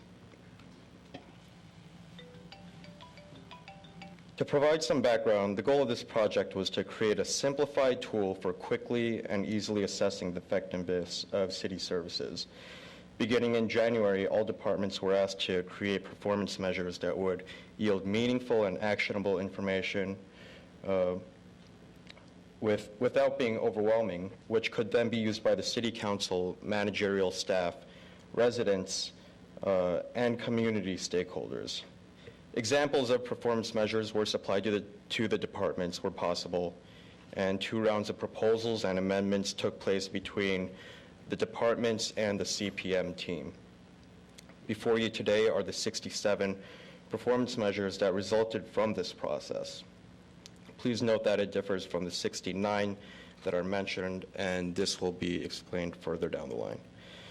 With your approval and of the proposed citywide performance measures, City staff will collect and present the data in a semi-annual report to the City Council beginning this August. This report will also be posted online in line with our transparency efforts. And I will provide summaries of the performance measures from each department, and we'll be happy to explain in more or less detail at the request of the Council. So first is City Manager's Office, and there are a total of 7 performance measures, 2 in the area of sustainability. The first is in the area of reduced energy usage, and this is within our organization. And the second is annual grant funding secured for our sustainability efforts. 3 measures in the area of citizen engagement, 2 of which are associated with the 311 system. Percentage of 311 requests completed within the SLA time, and number of administrative services assumed by 311. And then lastly, for changes in the numbers of subscribers to all city communication channels, including Facebook, Twitter, and newsletters. For intergovernmental affairs, federal, state, and regional dollars that were able to be gathered for the city of Evanston. Excuse me, Godwin. Yes. I would like to suggest a change there. It seems to me rather unfair to have the gentleman who works in intergovernmental affairs evaluated on federal and state dollars given, because, first of all, he doesn't have a great deal of he facilitates those things, but he doesn't have a great deal of control over the federal government or the state government and their financial crises. So I would certainly suggest that federal and state dollars are a good thing to look at, but not as a criteria for a performance measure. Yes, Mayor Tisdall, and what we'll do is we'll come back with another measure. Thank you. And last for the city manager's office is events and activities, number of citizens engaged in different events and activities hosted by the city. Second is the law department, number of ordinance prosecutions and traffic prosecutions. Could you say not only the number, but the number successfully prosecuted as well? Yes. Thank you. Right. So for these measures, these are the broad objectives that you see here: ordinance prosecution, traffic prosecution. And for some of these measures, they will include more detailed breakdowns as well, and there will be for ordinance and traffic prosecutions, as well as for the loss minimization and risk management performance measure, which is number 11. Excuse me, Godwin. Alderman Grover has a question. Thank you, Mr. Chen. So on a lot of these performance measures, I found myself wondering if there was a way to quantify other things. For example, in the law department, is there a way to quantify as a performance measure in the area of risk management the ways in which our law department consults with other departments to minimize our liability and exposure, which is an important function of our law department, but it's not one of these performance measures. Or in human services, for example, we can measure human services performance about calendar days from requisition to higher recruitment, but I'm also interested in knowing about employee retention, which is a larger issue, not necessarily human services, or employee satisfaction, employee training programs. Is there a way to quantify those more qualitative performance measures? So not just numbers in the door, numbers out, but how are they better once they've been through? And the answer is yes. Oh. And that's why we're here this evening, Okay. is to get some feedback. And we'll take that feedback and come up with some ideas and bring back to a future meeting. All right, I got more ideas then. Good. Yeah. Can we continue then? Would you like to share them, Alderman Grover, at this point, or as we go through each department? Okay. Moving along, ordinances and resolutions written or reviewed during a period of time. Going to number 12, administrative adjudication, number of administrative adjudication cases tried per year. And moving on to the next department, administrative services. For purchasing and human resources, they both, as you mentioned, Alderman Grover, included turnaround time in terms of requisitions to purchase orders and personnel recruitment. For our IT division, we have system and network problems corrected within 48 hours of a specified period. Number of financial reporting documents published and or certified for our finance division. And for parking, number of tickets issued and parking-related revenue generated.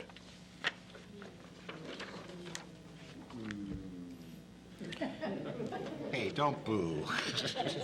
Moving along. Alderman Nguyen has a question. Well, this one will get a little pressed tomorrow, but I guess one of the things I was looking at before, and I'm not really sure how to articulate this, is, I mean, we could write a lot more parking tickets. Those of us on the parking committee know that. I mean, we could hire one more person and write a lot more tickets. But there's always this balance of, how many do we write and still promote Evanston as a place to come to. So, but one of the things, I'm sorry, I've been looking at this thinking, how is it that we measure the fact that we actually get people parking correctly? So that, I mean, the whole point is compliance, not penalties. So, or how is it that we get the number of landlords now appropriately keeping up their properties, or that actually our city staff has done such a good job at educating people about the codes or what the appropriate ordinance is, that we actually have a decline in the number of prosecutions and the decline in the number of parking tickets issued. So we're really hoping, for instance, in parking, that the new parking meters that are coming in that you'll be able to swipe your credit card on will actually, in some respects, reduce the parking tickets, that because people just didn't have enough change, so for the amount of time that they wanted. So, I mean, I'm not quite sure how. I think these are excellent things to have, these benchmarks, but I'm also thinking about how do we measure the things where we're actually doing it right, as Peter said, yeah. I don't have a solution, but... That's okay, we'll work on it. It was a good question. Alderman Burris. I just want to follow up that I appreciate the work on this. I am a big proponent of benchmarking and measurement, but sometimes we measure what's easy to measure, going on what Alderman Nguyen said, and I don't see, these are very qualitative measures, very quantitative measures versus qualitative measures, and it would be helpful to go back and rethink that. I know in my work we do that a lot of, you measure things that necessarily aren't showing the work, the overall work that you're doing, but they're really easy to measure. How many proposals did you write? How much money did you bring in the door? But it doesn't say all the other things. So it just may be a good way to rethink it, not to say that we don't need pieces of these, but to expand us, that would be very helpful.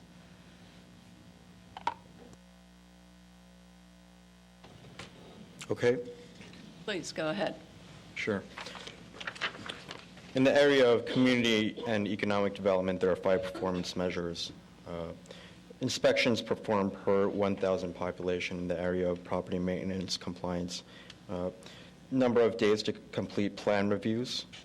Alderman Grover has a question. Yes. Didn't let you get very far, sorry. Yeah. Can we add to this one, number of properties brought into compliance? is a more positive way of looking at the violations aspect of our housing code. How about number of properties brought into compliance? And then we would want to see that number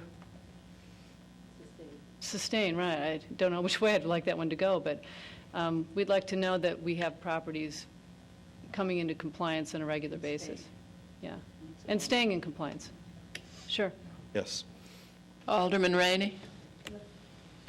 Problem, and I agree with both Alderman Nguyen and Grover. The only problem is I'm not sure our department can be held responsible for buildings staying into compliance. We have some owners, I mean, the owners who are continually out of compliance are not going to comply regardless of how we measure.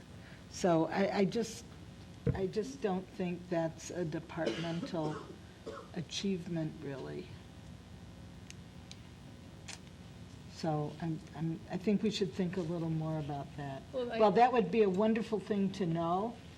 I don't know if it's a measurement of performance on the part of... It could be part of it. And so another aspect may be our ability to make headway on those intransient properties that are always difficult to bring into compliance. But I think I'd still like to know, what have been the positive aspects of our inspection program, and one of that is properties coming into compliance.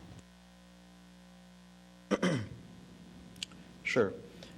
Go ahead. Okay.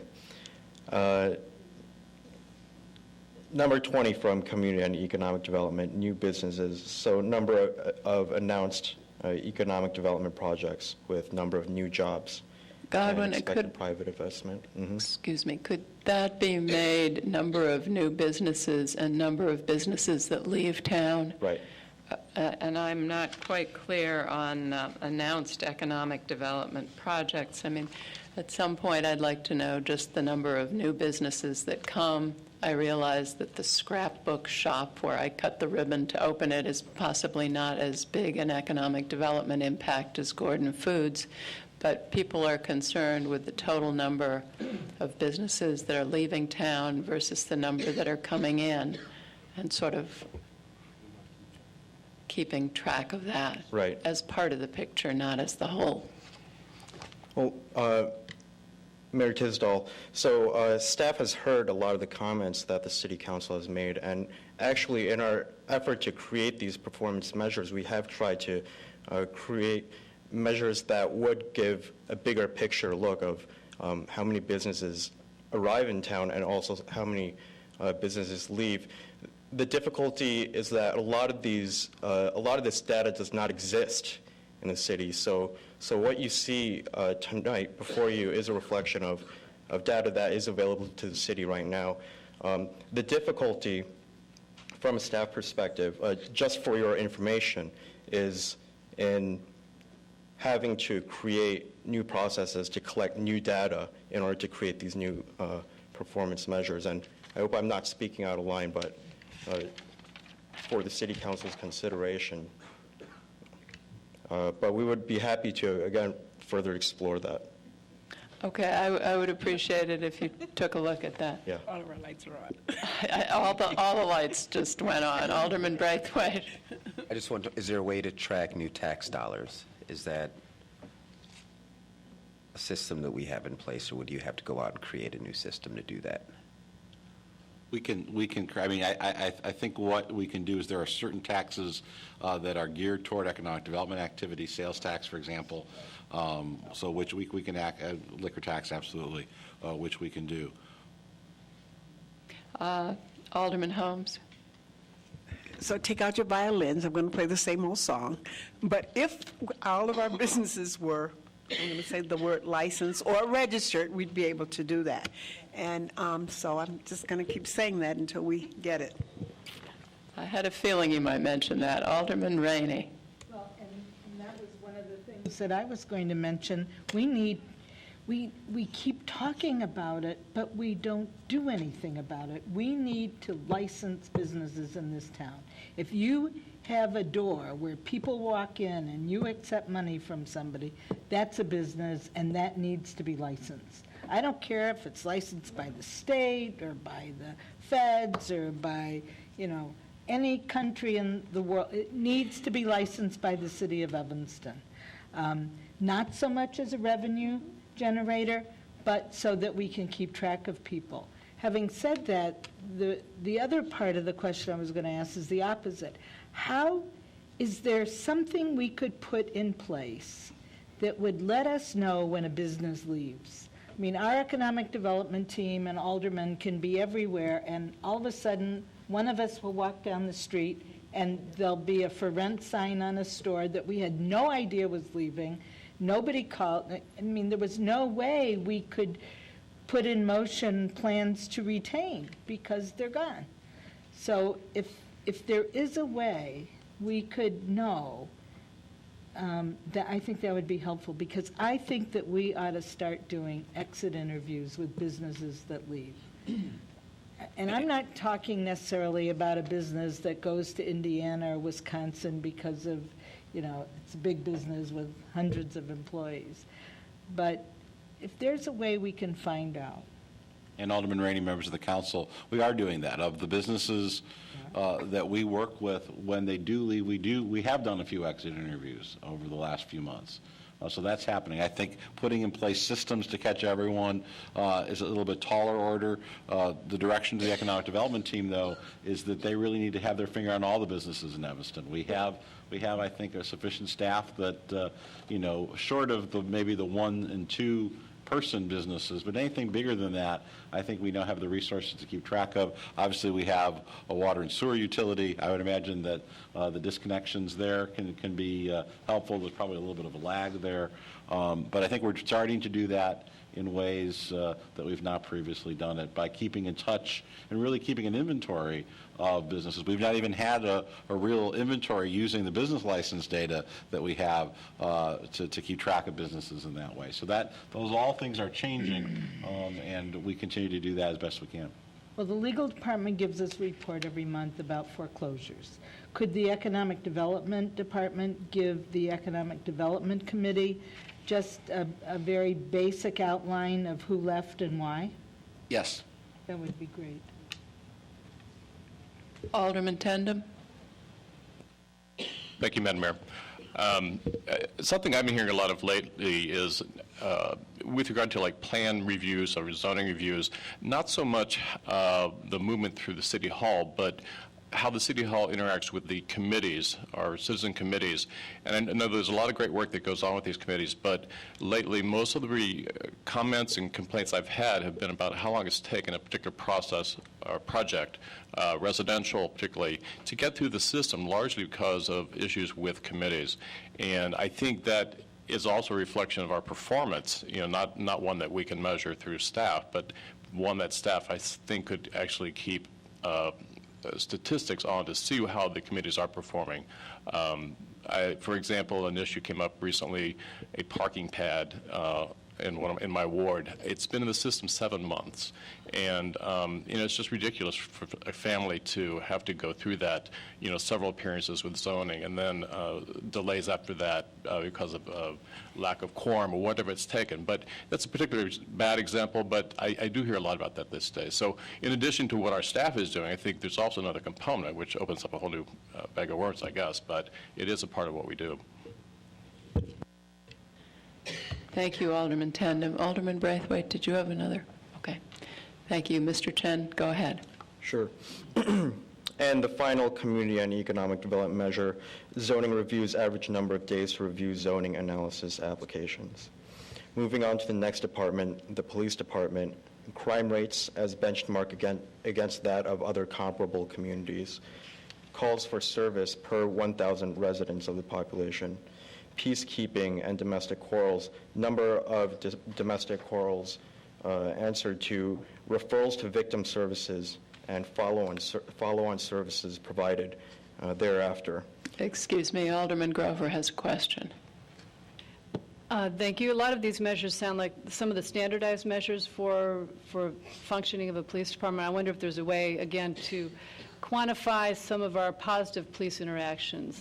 The work of the problem-solving team, for example, number of, I don't know, community, neighborhood, block group meetings, or all of those touch points that our problem-solving team has with positive interactions with community members. And I'm sure there are other dimensions of police work in Evanston that perhaps have a way to be incorporated into a performance measure that's not easily quantifiable. Right, and like the city manager said, this is the exercise that we perform to receive feedback from you, and we'll be happy to take that back. Thank you. Alderman Braithwaite. A quick question. Do we track the number of complaints that the police department gets on an annual basis? You bet. I'm sure we do. So could we look at that in terms of seeing if that number decreases over a period of time, or if there's an increase? Absolutely. Okay. Go ahead, Mr. Chen. Crime solved, percentage of UCR, which is Uniform Crime Reports, Part 1 crimes that are cleared. Response time in minutes to top priority calls. Seizure data, benchmarking of quantity of illicit drugs and firearms compared to that of other communities. And FTEs to population per 1,000 of our population. Next is our fire department, response time, percentage of emergency calls with response time of 5 minutes or under from dispatch to arrival on scene to square miles served per station. Fire incidents confined to the room of origin. Number of on-the-job injuries per 100 members that resulted in time lost from duty. And job-related vehicle crashes that are deemed preventable. Also FTEs to the population, and then also EMS emergency response time. And then lastly, turnout time for emergency. I'm sorry, Alderman Rainey has a question. A suggestion. We get a fire department, Godwin, I'm not sure if you see that, fire department report every single month from the chief, which includes much of this information. However, one of the most important pieces of information we get every month is there's a line that's a number of fires. So then there's structure fires or commercial fire, et cetera, vehicle fires. So it gives, in a column, the value of that property. Then it gives a column of the amount of the loss. So let's say you have $1 million home and somebody burned popcorn and blew up the microwave. So that's a $100 loss. So the savings on that building was, $999, whatever, $1,000.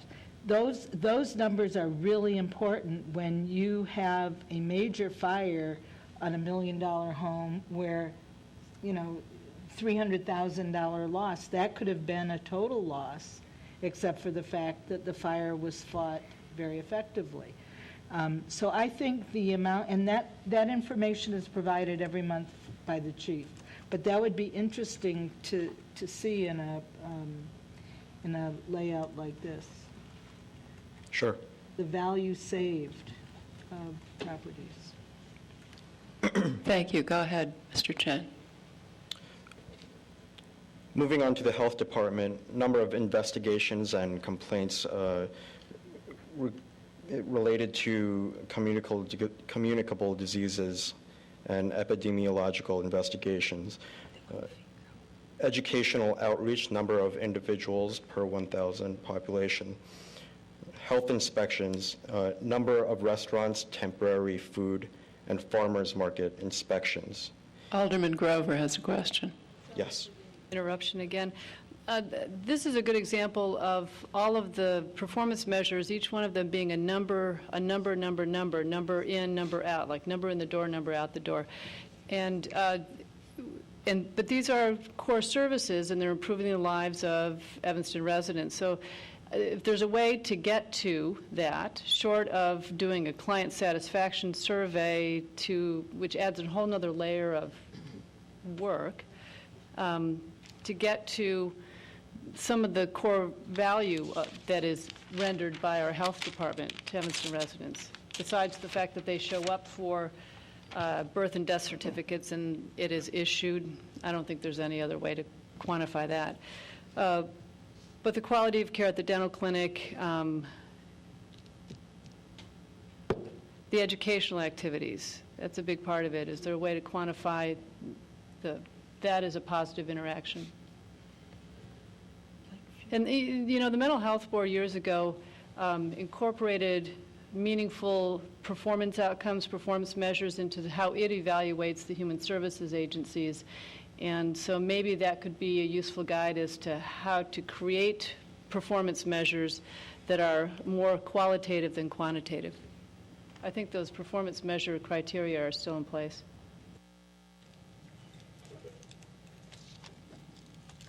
Sure. And lastly, for health, vital records, number of birth and death certificates issued. Moving on to our Public Works Department, two of these measures that are available in your packet that you do not see here are measures 49 and 50, timely waste and recycling collection, and residential street sweeping. And the reason for that is that those have been folded into measure number 45, which is in the resident satisfaction survey. So Public Works, waste diversion, total amount of waste diverted from the waste stream. Road rehabilitation. Alderman Grover has another question. Yes. Yeah, it's me / suggestion. I liked these because it really gets to operational efficiency in public works operations. So I thought these were a good set of performance measures. Thank you. So road rehabilitation, expenditures per paved mile, timely capital improvements, percentage of capital improvements that are on time, residential satisfaction with services delivered by the Public Works Department, timely and time to complete maintenance and minor repairs of our vehicle fleet, cost of maintenance and minor repairs, average maintenance and repair cost per vehicle, and snow removal expenditures per capita compared to inches of snowfall. Moving on to Parks Recreation, there are 7 total measures. First one is youth employment, percentage of applicants who applied for employment opportunities and received such opportunities. Facilities management, total number and response time of complete in-house work orders. Forestry response, total number and response time of forestry division requests. And thank you. And recreation user activity, evaluate the total program participation and recreation services by age and ward. Youth engagement, satisfaction with youth employment programs, park attendance for various parks and recreation special events and number of park permits, and park user experience, a survey of facility conditions, safety, and cleanliness. For the library, 5 total measures: customer satisfaction of library services, and then customer service satisfaction of interactions with library staff. And then user-rated availability of library materials, circulation per resident of Evanston, and purchasing costs of books, dollar spent per resident purchasing books. Alderman Grover has another question. I do. Could the effectiveness of outreach for library services be incorporated into one or more of these performance measures? Outreach being, I think, one of our library board's stated goals, and one of things that we're very interested in doing is expanding the reach of our library. Is there a way to measure that, either through a map of client satisfaction or mapping of the card? But if we're getting to residents' perception of library services and their satisfaction, maybe do they feel as if they're available, accessible to them as part of one of these other performance measures? Sure, we will look into that. Alderman Nguyen? I think that some of these measurements had already been created in some ways. They were surrounding the South Branch.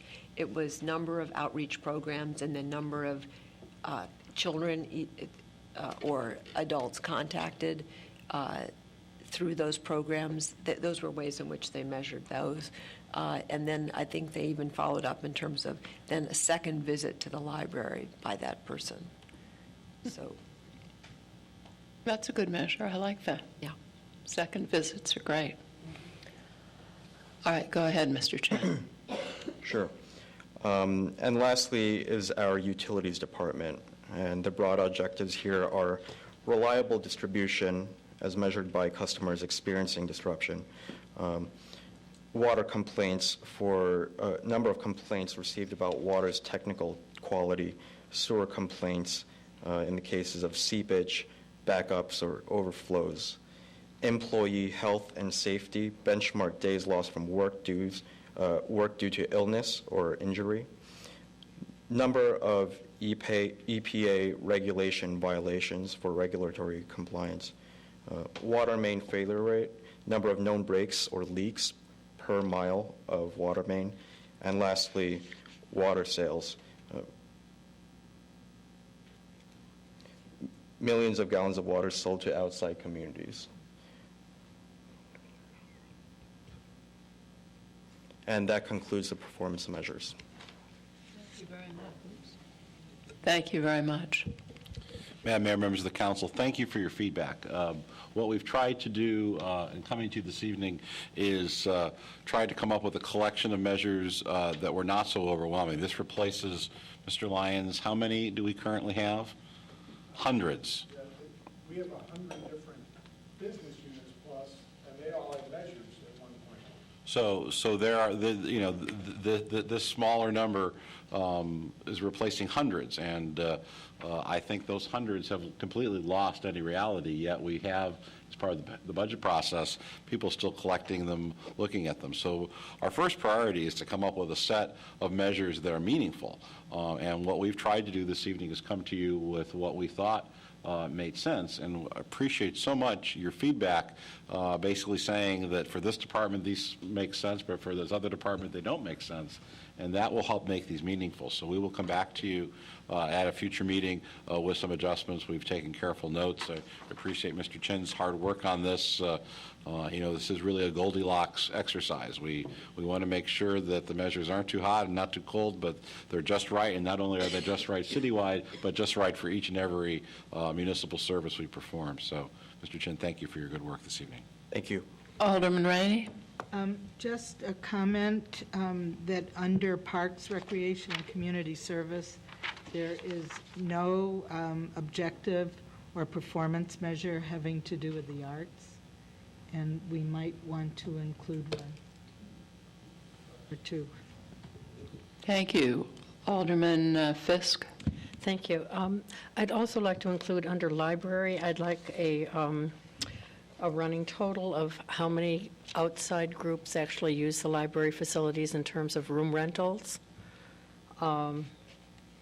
And then, City Manager, I'm assuming that we can get all of this in a super duper Excel spreadsheet, that we can just go down and see all of these numbers, and is that would be very super duper Excel spreadsheet, I'm not sure about, but I think what we're hoping for, as I think you're all aware, we did an annual report this year. I think the next step we feel is that to incorporate these measures in an annual report. So again, we're dealing with qualitative, quantitative information all in one place. So we'll do that. I think as much as we can, we'll work on having that single spreadsheet. But I think given the nature of how some of these measures are ultimately going to come down, right, they're not all going to be numeric. So we'll need to deal with that. How long do you estimate it's going to take you to get all of this information together? Well, as we've talked to the departments, most of the information we presented to you this evening is together. I have 18 different comments that were made about the various measures. Of those 18, many of those are information we collect. So I don't think this is going to be, again, the idea is to focus on things that are important. Right. And once you have a smaller number that's important, then it's easier to get the data and to track it on a regular basis. So I don't anticipate anything that was said tonight that's going to make this any more complicated for us. I would love to see all this information together, just for us to look at and analyze. I think that would be fun. Alderman Burris. I have actually three points. One, could we get the ICMA standard measurement document? That'd be great to see. Sure. Yeah, you've blown through most of the ones that ICMA loves and have said they aren't good, so. Good. Well, yeah, that's where I was just. Well, we're happy to give you the book. Yeah, well, yes, that would be wonderful. Because as I was, once again, looking through the performance measures, between the different departments, even, they're not standardized in what you're trying to measure. Some are measuring activity, some are measuring outcome, and it doesn't seem measuring activity is not really a performance measure, and outcome is really a performance measure. So that's a little confusing for me. And as I was reading through this, it's not complicated, it's more of just piece together what are you trying to measure, what is the purpose of measuring that. I go back to an article I read recently about Steve Jobs. About his whole thing was keep it simple. What are your 2 to 3 main things that you are trying to accomplish, and funnel it down to those 2 to 3 things. And we are all over the board, and I mean this through each department. What is your outcome? What is it that you are trying to achieve? And I'm not getting that here. So it would just be helpful to revise and have more, I think, information about the ICMA. Thank you. Alderman Braithwaite. We're actually looking at this in our committee, in our MWEB committee right now, and it's probably going to be a month before we bring it to council. And I'm not sure if we should stick it in administrative services or economic development, but I would like to see a placeholder for when we take a look at our local spend, both the 20K plus and the 20K and below at our city's functional spending, to look at that from the various departments, how well we do business with our Evanston businesses. Thank you. Alderman Grover. Perhaps within each, in a way of getting a handle on what the top kind of performance measures would be, is to simply prioritize, have each department prioritize within those performance measures in order of importance, keyed to mission. Thank you. Alderman Holmes. Well, since you're going to have to go back to the drawing board and redo some things, under Park, Recreation, and Community Services, you mentioned youth, the facilities, forestry, and as Alderman Rainey pointed out about the arts, but also seniors are not mentioned.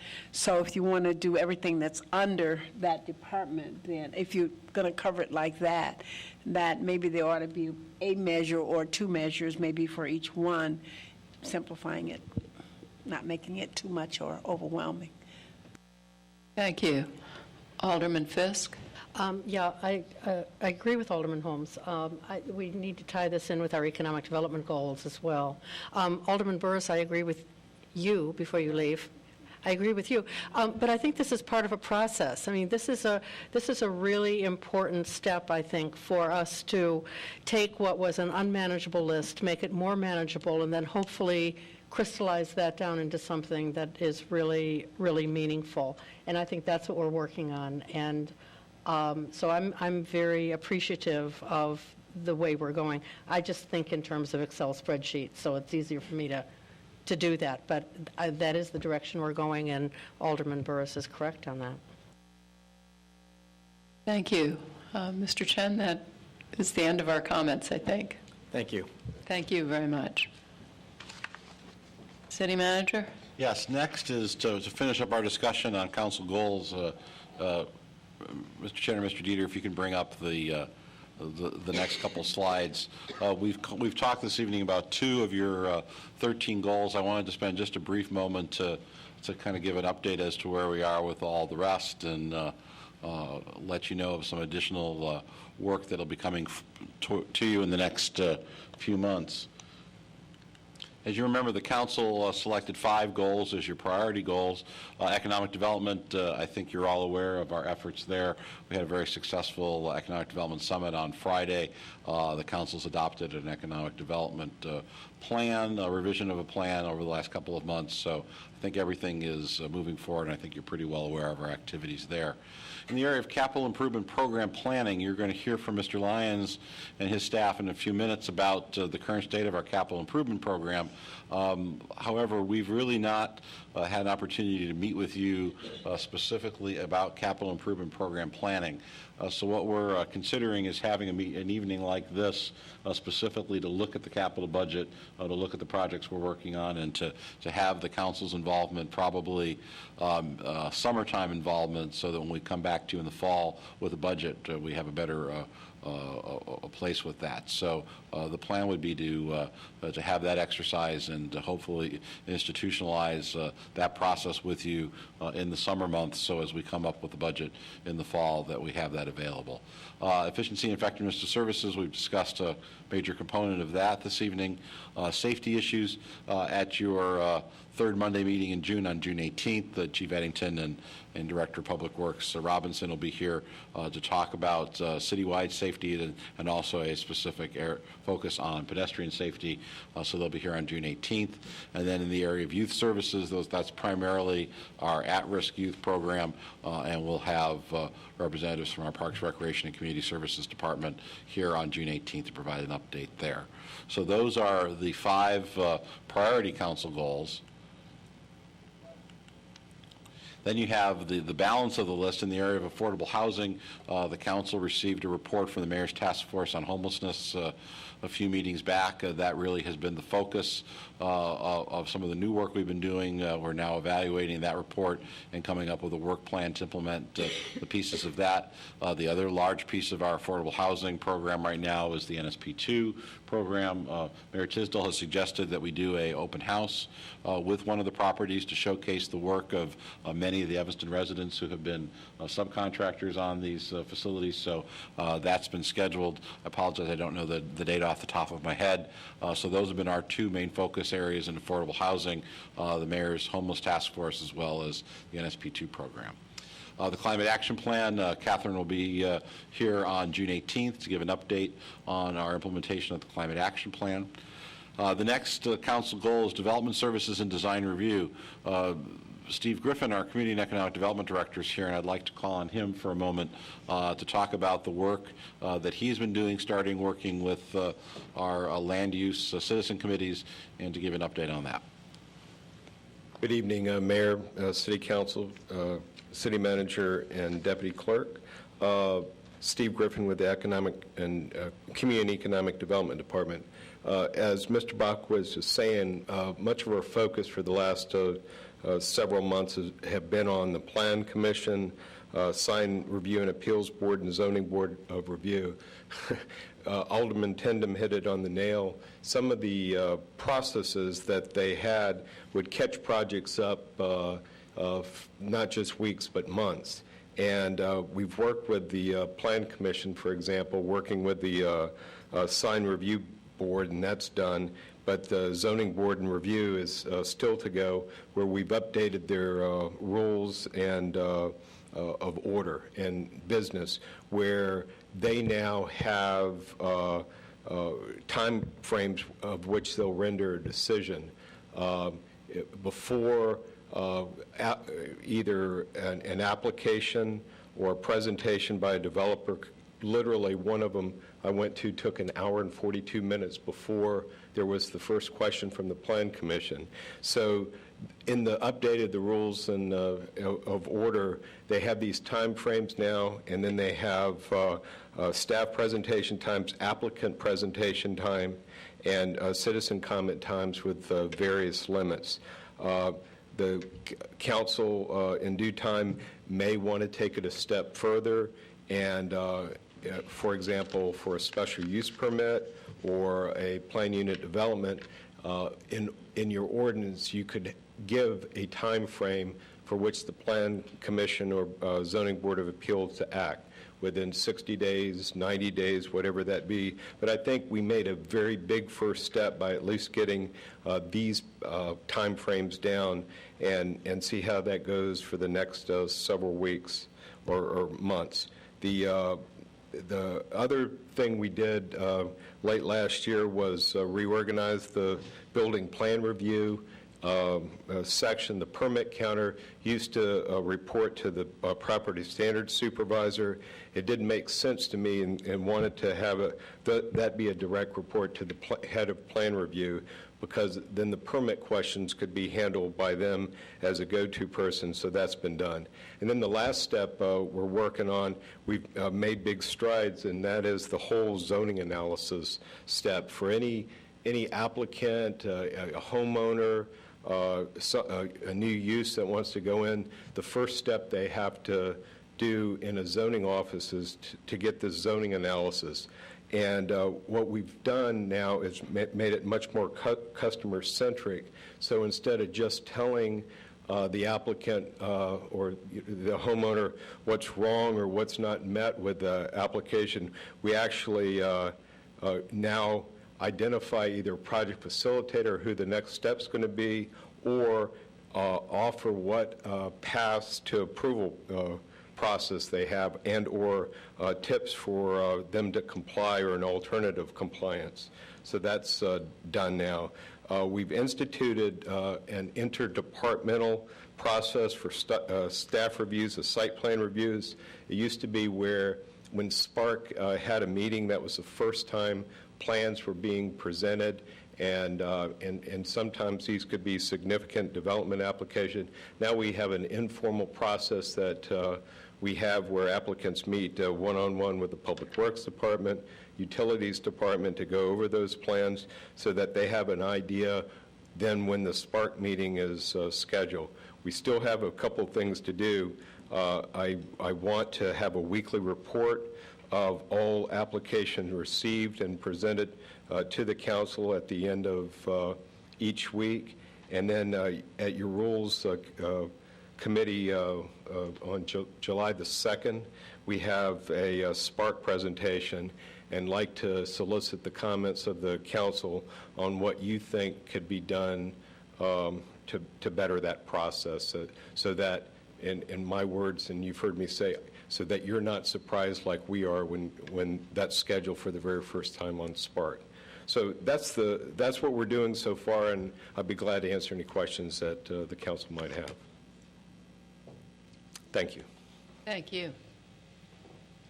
In the area of innovation, we've kind of struggled on any kind of specific initiatives. I think we tried to encourage all staff to be creative in the delivery of municipal services. We've recently joined a national group, the Alliance for Innovation, which is a group of cities and counties around the United States.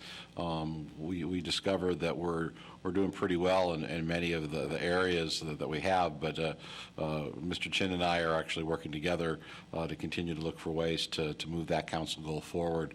The area of Northwestern University, probably the most telling new thing that we do with Northwestern is just the sheer number of university students we have working at the city of Evanston.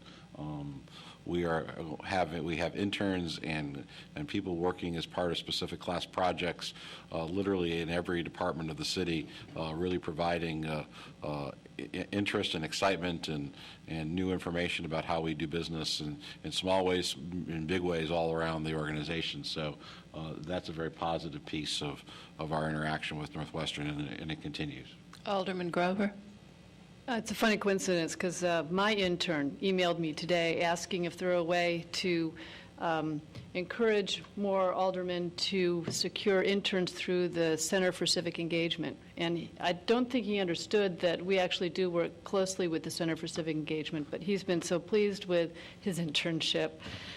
I don't know why, that he is very enthusiastic and knows other students who would be interested in working with individual council members as interns.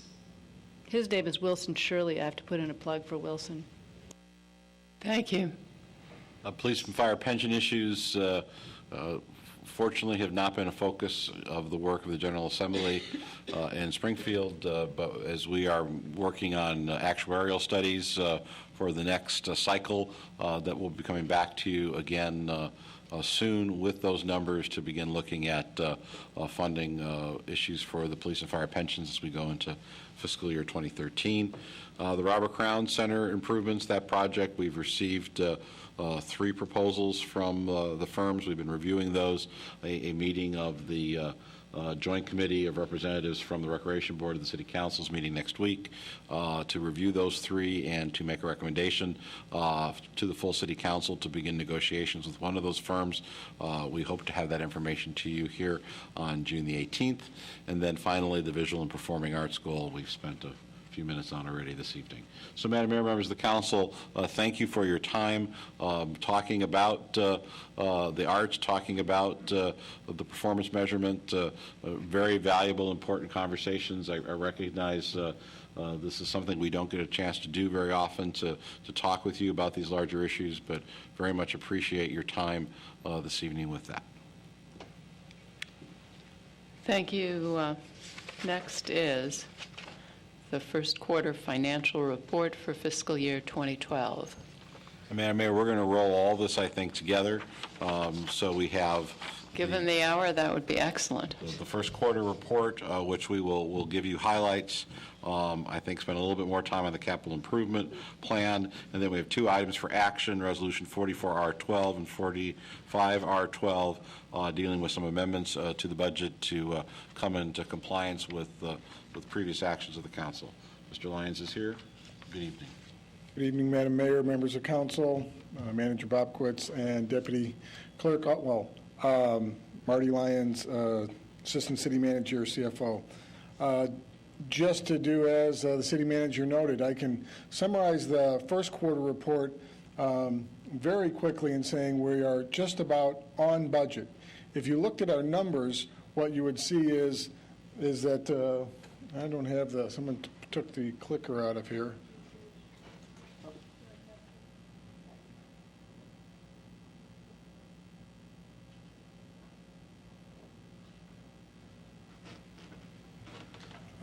For the most part, when you look at our numbers, and I'll show a few slides on this, it would show our revenues above budget, and it would show our expenditures below budget.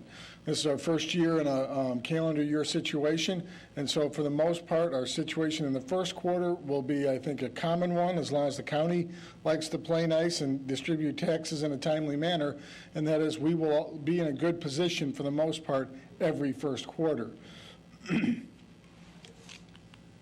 So to be very clear, we've received 50% of our of our property taxes in the first quarter. So that means that that number is basically accounts for nearly all of our revenues being above budget, and we're at about 27.7% of budget, or 2.7% above where we need to be. Alternatively, we are below budget on the expense side because we will quite often have a busy summer. Both Parks and Recs and Community Services and and police department expenses tend to be higher during our summer months as we put on special details, hire all of our part-time staff, and basically ramp up for all of our summer programming in the Recreation Division of Parks, Recreation, and Community Services. So when you take those, the revenues being over budget, but because of a timing difference, and the expenditures being under budget because of a timing difference, that $4.6 million really goes away, and we are on budget. We are not below budget, but I believe we are on budget, and this will be a pattern that we see going forward. I think the numbers will look a little bit different come September, but again, if the county can maintain its commitment to send out tax bills in August or September instead of November, then the city will be in a very good cash flow position, meaning our operating budget will continue to maintain revenues equaling expenditures. So I don't need to go through each of these tables with you because of the hour, but again, to point out, there's your property taxes. Sales taxes are a little disappointing at this point, but income tax is doing well. And the other part that is, I think, important to note, I just want to make sure I have it, is we had building permits that were actually doing okay because it's the middle of winter, and we're at 23%. So normally that would be something that we would end up with a lot more permits showing up at the end of the construction season. Mr. Lyons, the line on the state income tax reminds me that perhaps we should make public the grim news that the Illinois State Senate has a proposal now to lower the amount of the local government distributive fund, at least the percentage that cities get, so that any increase in the income tax would not be reflected in the local government distributive fund. Yes, Madam Mayor. And you might want to say how much that might cost us. A current proposal being examined at the legislature is to freeze our income tax at the current level, and our income tax distribution is hardly at what I would call a high. If the income tax were frozen as of July 1, the start of the next state fiscal year, we would lose for the following year roughly somewhere between $120,000 and $150,000 in growth dollars. So we would be frozen out. But I think a more important number is what's the true potential of that. We hit a high in 07-08 of approximately $91 per capita. We're at $80 now. So the other number to look at is assuming 75,000 in population, that number is really closer to, it would box us out of getting another $500,000 if we recovered just back up to our 07-08 numbers. So it's a fairly substantial change at the state. If it passes. If it passes. And the other number to look at is it used to be 10% of the income tax was designated for municipalities. Now it's down to 6%, and if this passes, it would go below 6%. Right. So I think as I related before, property taxes, real estate transfer tax is, given the months of January, February, March, I think that's an excellent number to be at right now, and hopefully we will end up, as you may recall, we raised the budget. So we're coming close to the budget that it was raised up during the process. And then, as I noted before, income tax is holding fairly steady, which is good news for the state overall, that we're recovering statewide. Is just a recap. It's just a per capita number. It has nothing to do with the actual income generated within Evanston borders.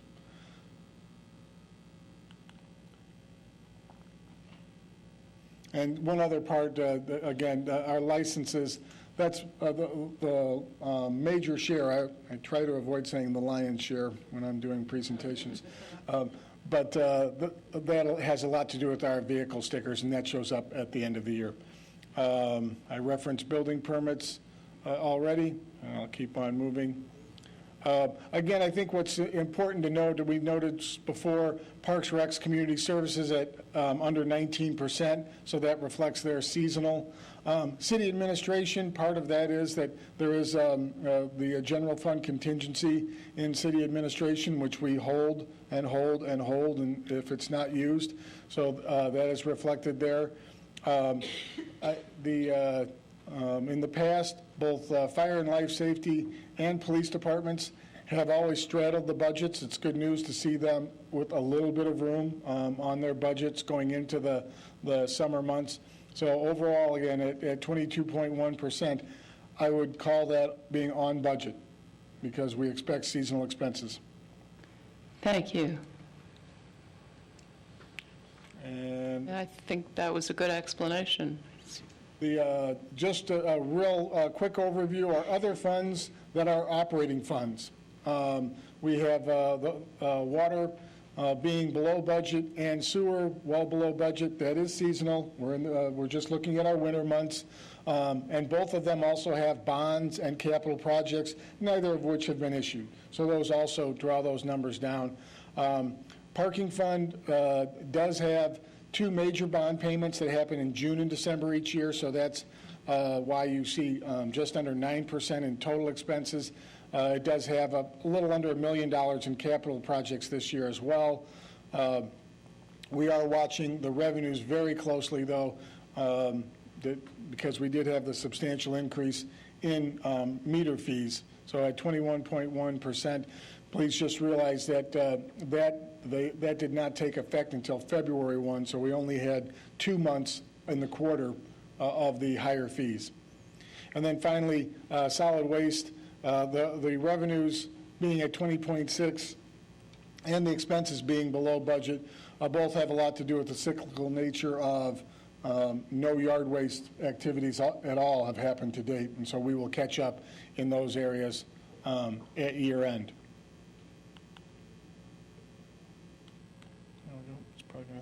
So I think I've gone through that well enough. I'm not going to revisit those. And Mayor Tisdale, to your point before, what to watch, since the state's most recent salvo, the one before this was the removal of the personal property replacement tax from the city's coffers. It seems to be calming down, but not necessarily. So when the slide was made, it was hot news. So that was just 3 days ago. So it's still in there. It could be hot news tomorrow.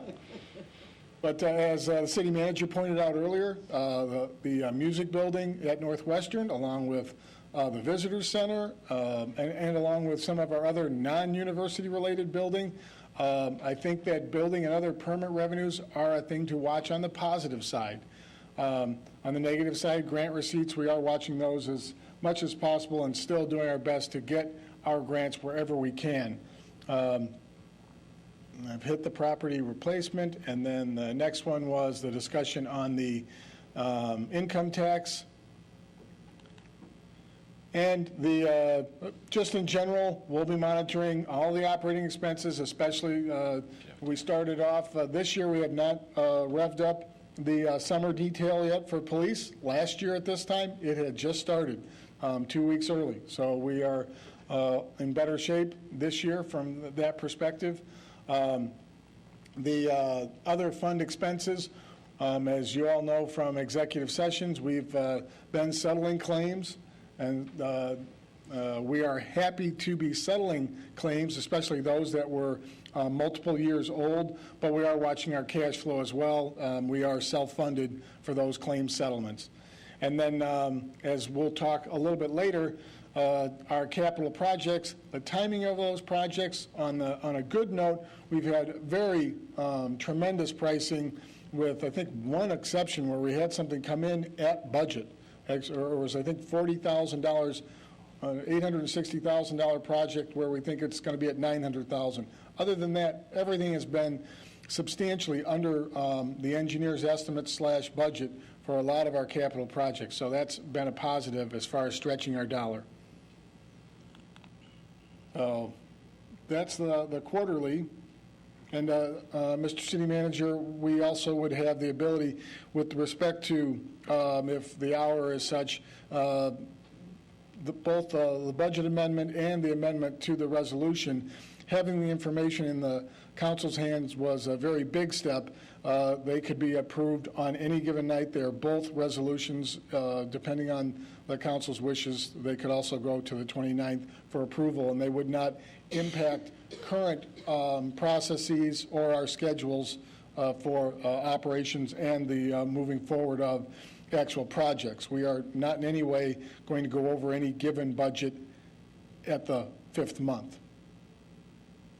So with that, I'll end that one. Thank you, Mr. Lyons. I mean, we've been over the capital improvement plan many times.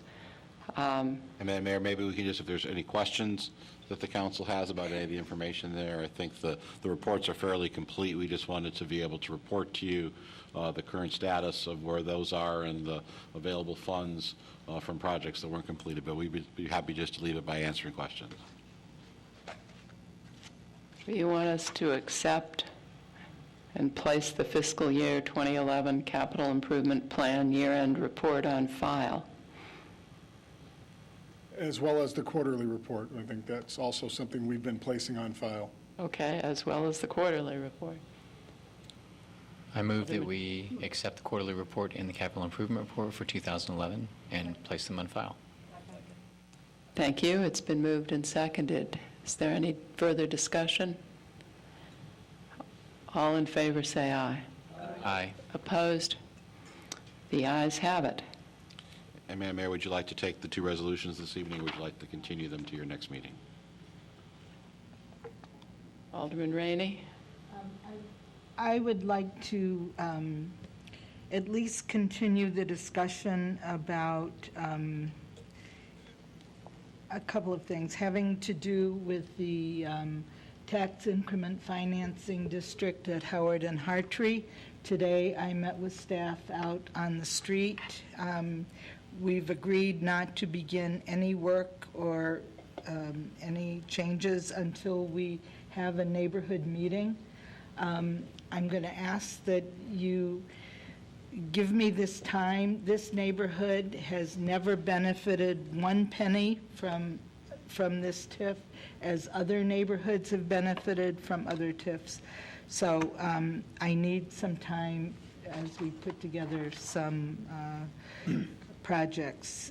The projects are basically laid out. I don't know if there are other things. Today when staff was out there, they saw things that they hadn't seen before and things that needed to be repaired that they hadn't noted before.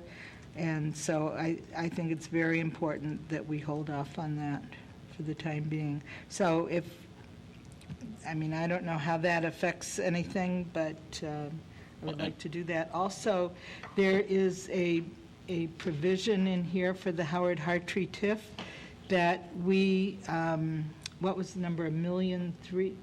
How much to the school district, the surplus? 1.3. 1.3. I would like to know if we can put some requirements on that money. And one of the things that I have received lots of information about lately is the whole issue of the referendum didn't pass, so therefore we're cutting out art teachers. And I would like to put a restriction on some part of that money, that money be used to subsidize those areas that are being cut because the referendum, especially the teaching part of it.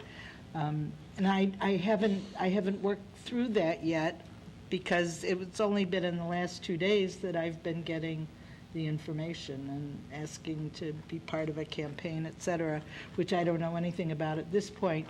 But I want to know, can we put restrictions, or not restrictions, but requirements on any of this money that we turn over to the schools? I think we can, but very few. Mr. Lyons? Yes, Madam Mayor, Alderman Rainey, members of council. The amount of the surplus that was designated by the Joint Review Board back in December of $644,000, we will not be able to place any restrictions on that portion. I shouldn't say will not. It will be more difficult because that's been declared surplus by the Joint Review Board. However, in looking at a multi-year approach and what could be spent out of Howard Hartree, that's where the $1.3 million, or roughly double, we can certainly review those additional funds, because please note that of the $1.3 million being suggested, that will be split amongst all property tax bodies. So the city will get 20%. The two school districts get approximately 2/3 of the entire amount, with the remainder, about 14 to 15%, going to the county and other taxing bodies. Well, but I I don't support closing this TIF. And that's been completely removed from any discussions in any of the staff reports. So there's two pots of money. There's surplus, and there's what? Well, if we go back to the November and December, I'm sorry, Alderman Rainey, if we go back to the November and December reports, we had talked about this transaction taking the place of an agreement between the schools, where in the past it was for vocational training or any of those purposes listed previously, and that was modified with the final Joint Review Board report, where we ended up with the $644,000 being, and I'm rounding, being declared an actual surplus. So I do think that your earlier statement still has merit to sit down with the groups that you're talking with about where would the other dollars be utilized beyond the 644, because again, only 2/3 of that will go to the schools, and about, of that 2/3, a little over half would go to District 65. Theirs is a slightly higher levy than 202. So this is why I don't want to do this tonight. Okay, so there's, you would want us to hold off on amending this 2012 City of Evanston budget and approving the amended 2012 capital improvement program. Yes, Because Madam Howard Mayor, Hartree's in both. One of the problems with this is that it is now 9:45, and I mean, there's been a lot of presentation tonight, and on the one hand, it doesn't sound like it's urgent. It sounds like it could wait. No, it can wait. Okay. Just one note that according to statute, we do need to make the surplus distribution 180 days from the close of the fiscal year. So that's from December 31st. So by June 30th, we will need to make the $644,000 distribution. So that would mean, at a minimum, we would need to have that as a resolution on the last meeting in June. What is that date? Do you know? 25th? It's the 25th. So, Madam Mayor, members of the council, perhaps if the council would like to continue these two resolutions to June the 11th, and if we're able a to date come. certain, right. I would move that. And that we really look at this so that we can have a good discussion. Certainly. What can I do about engaging a conversation regarding restrictions on, and I hate using that word, restrictions, direction on the use of that money?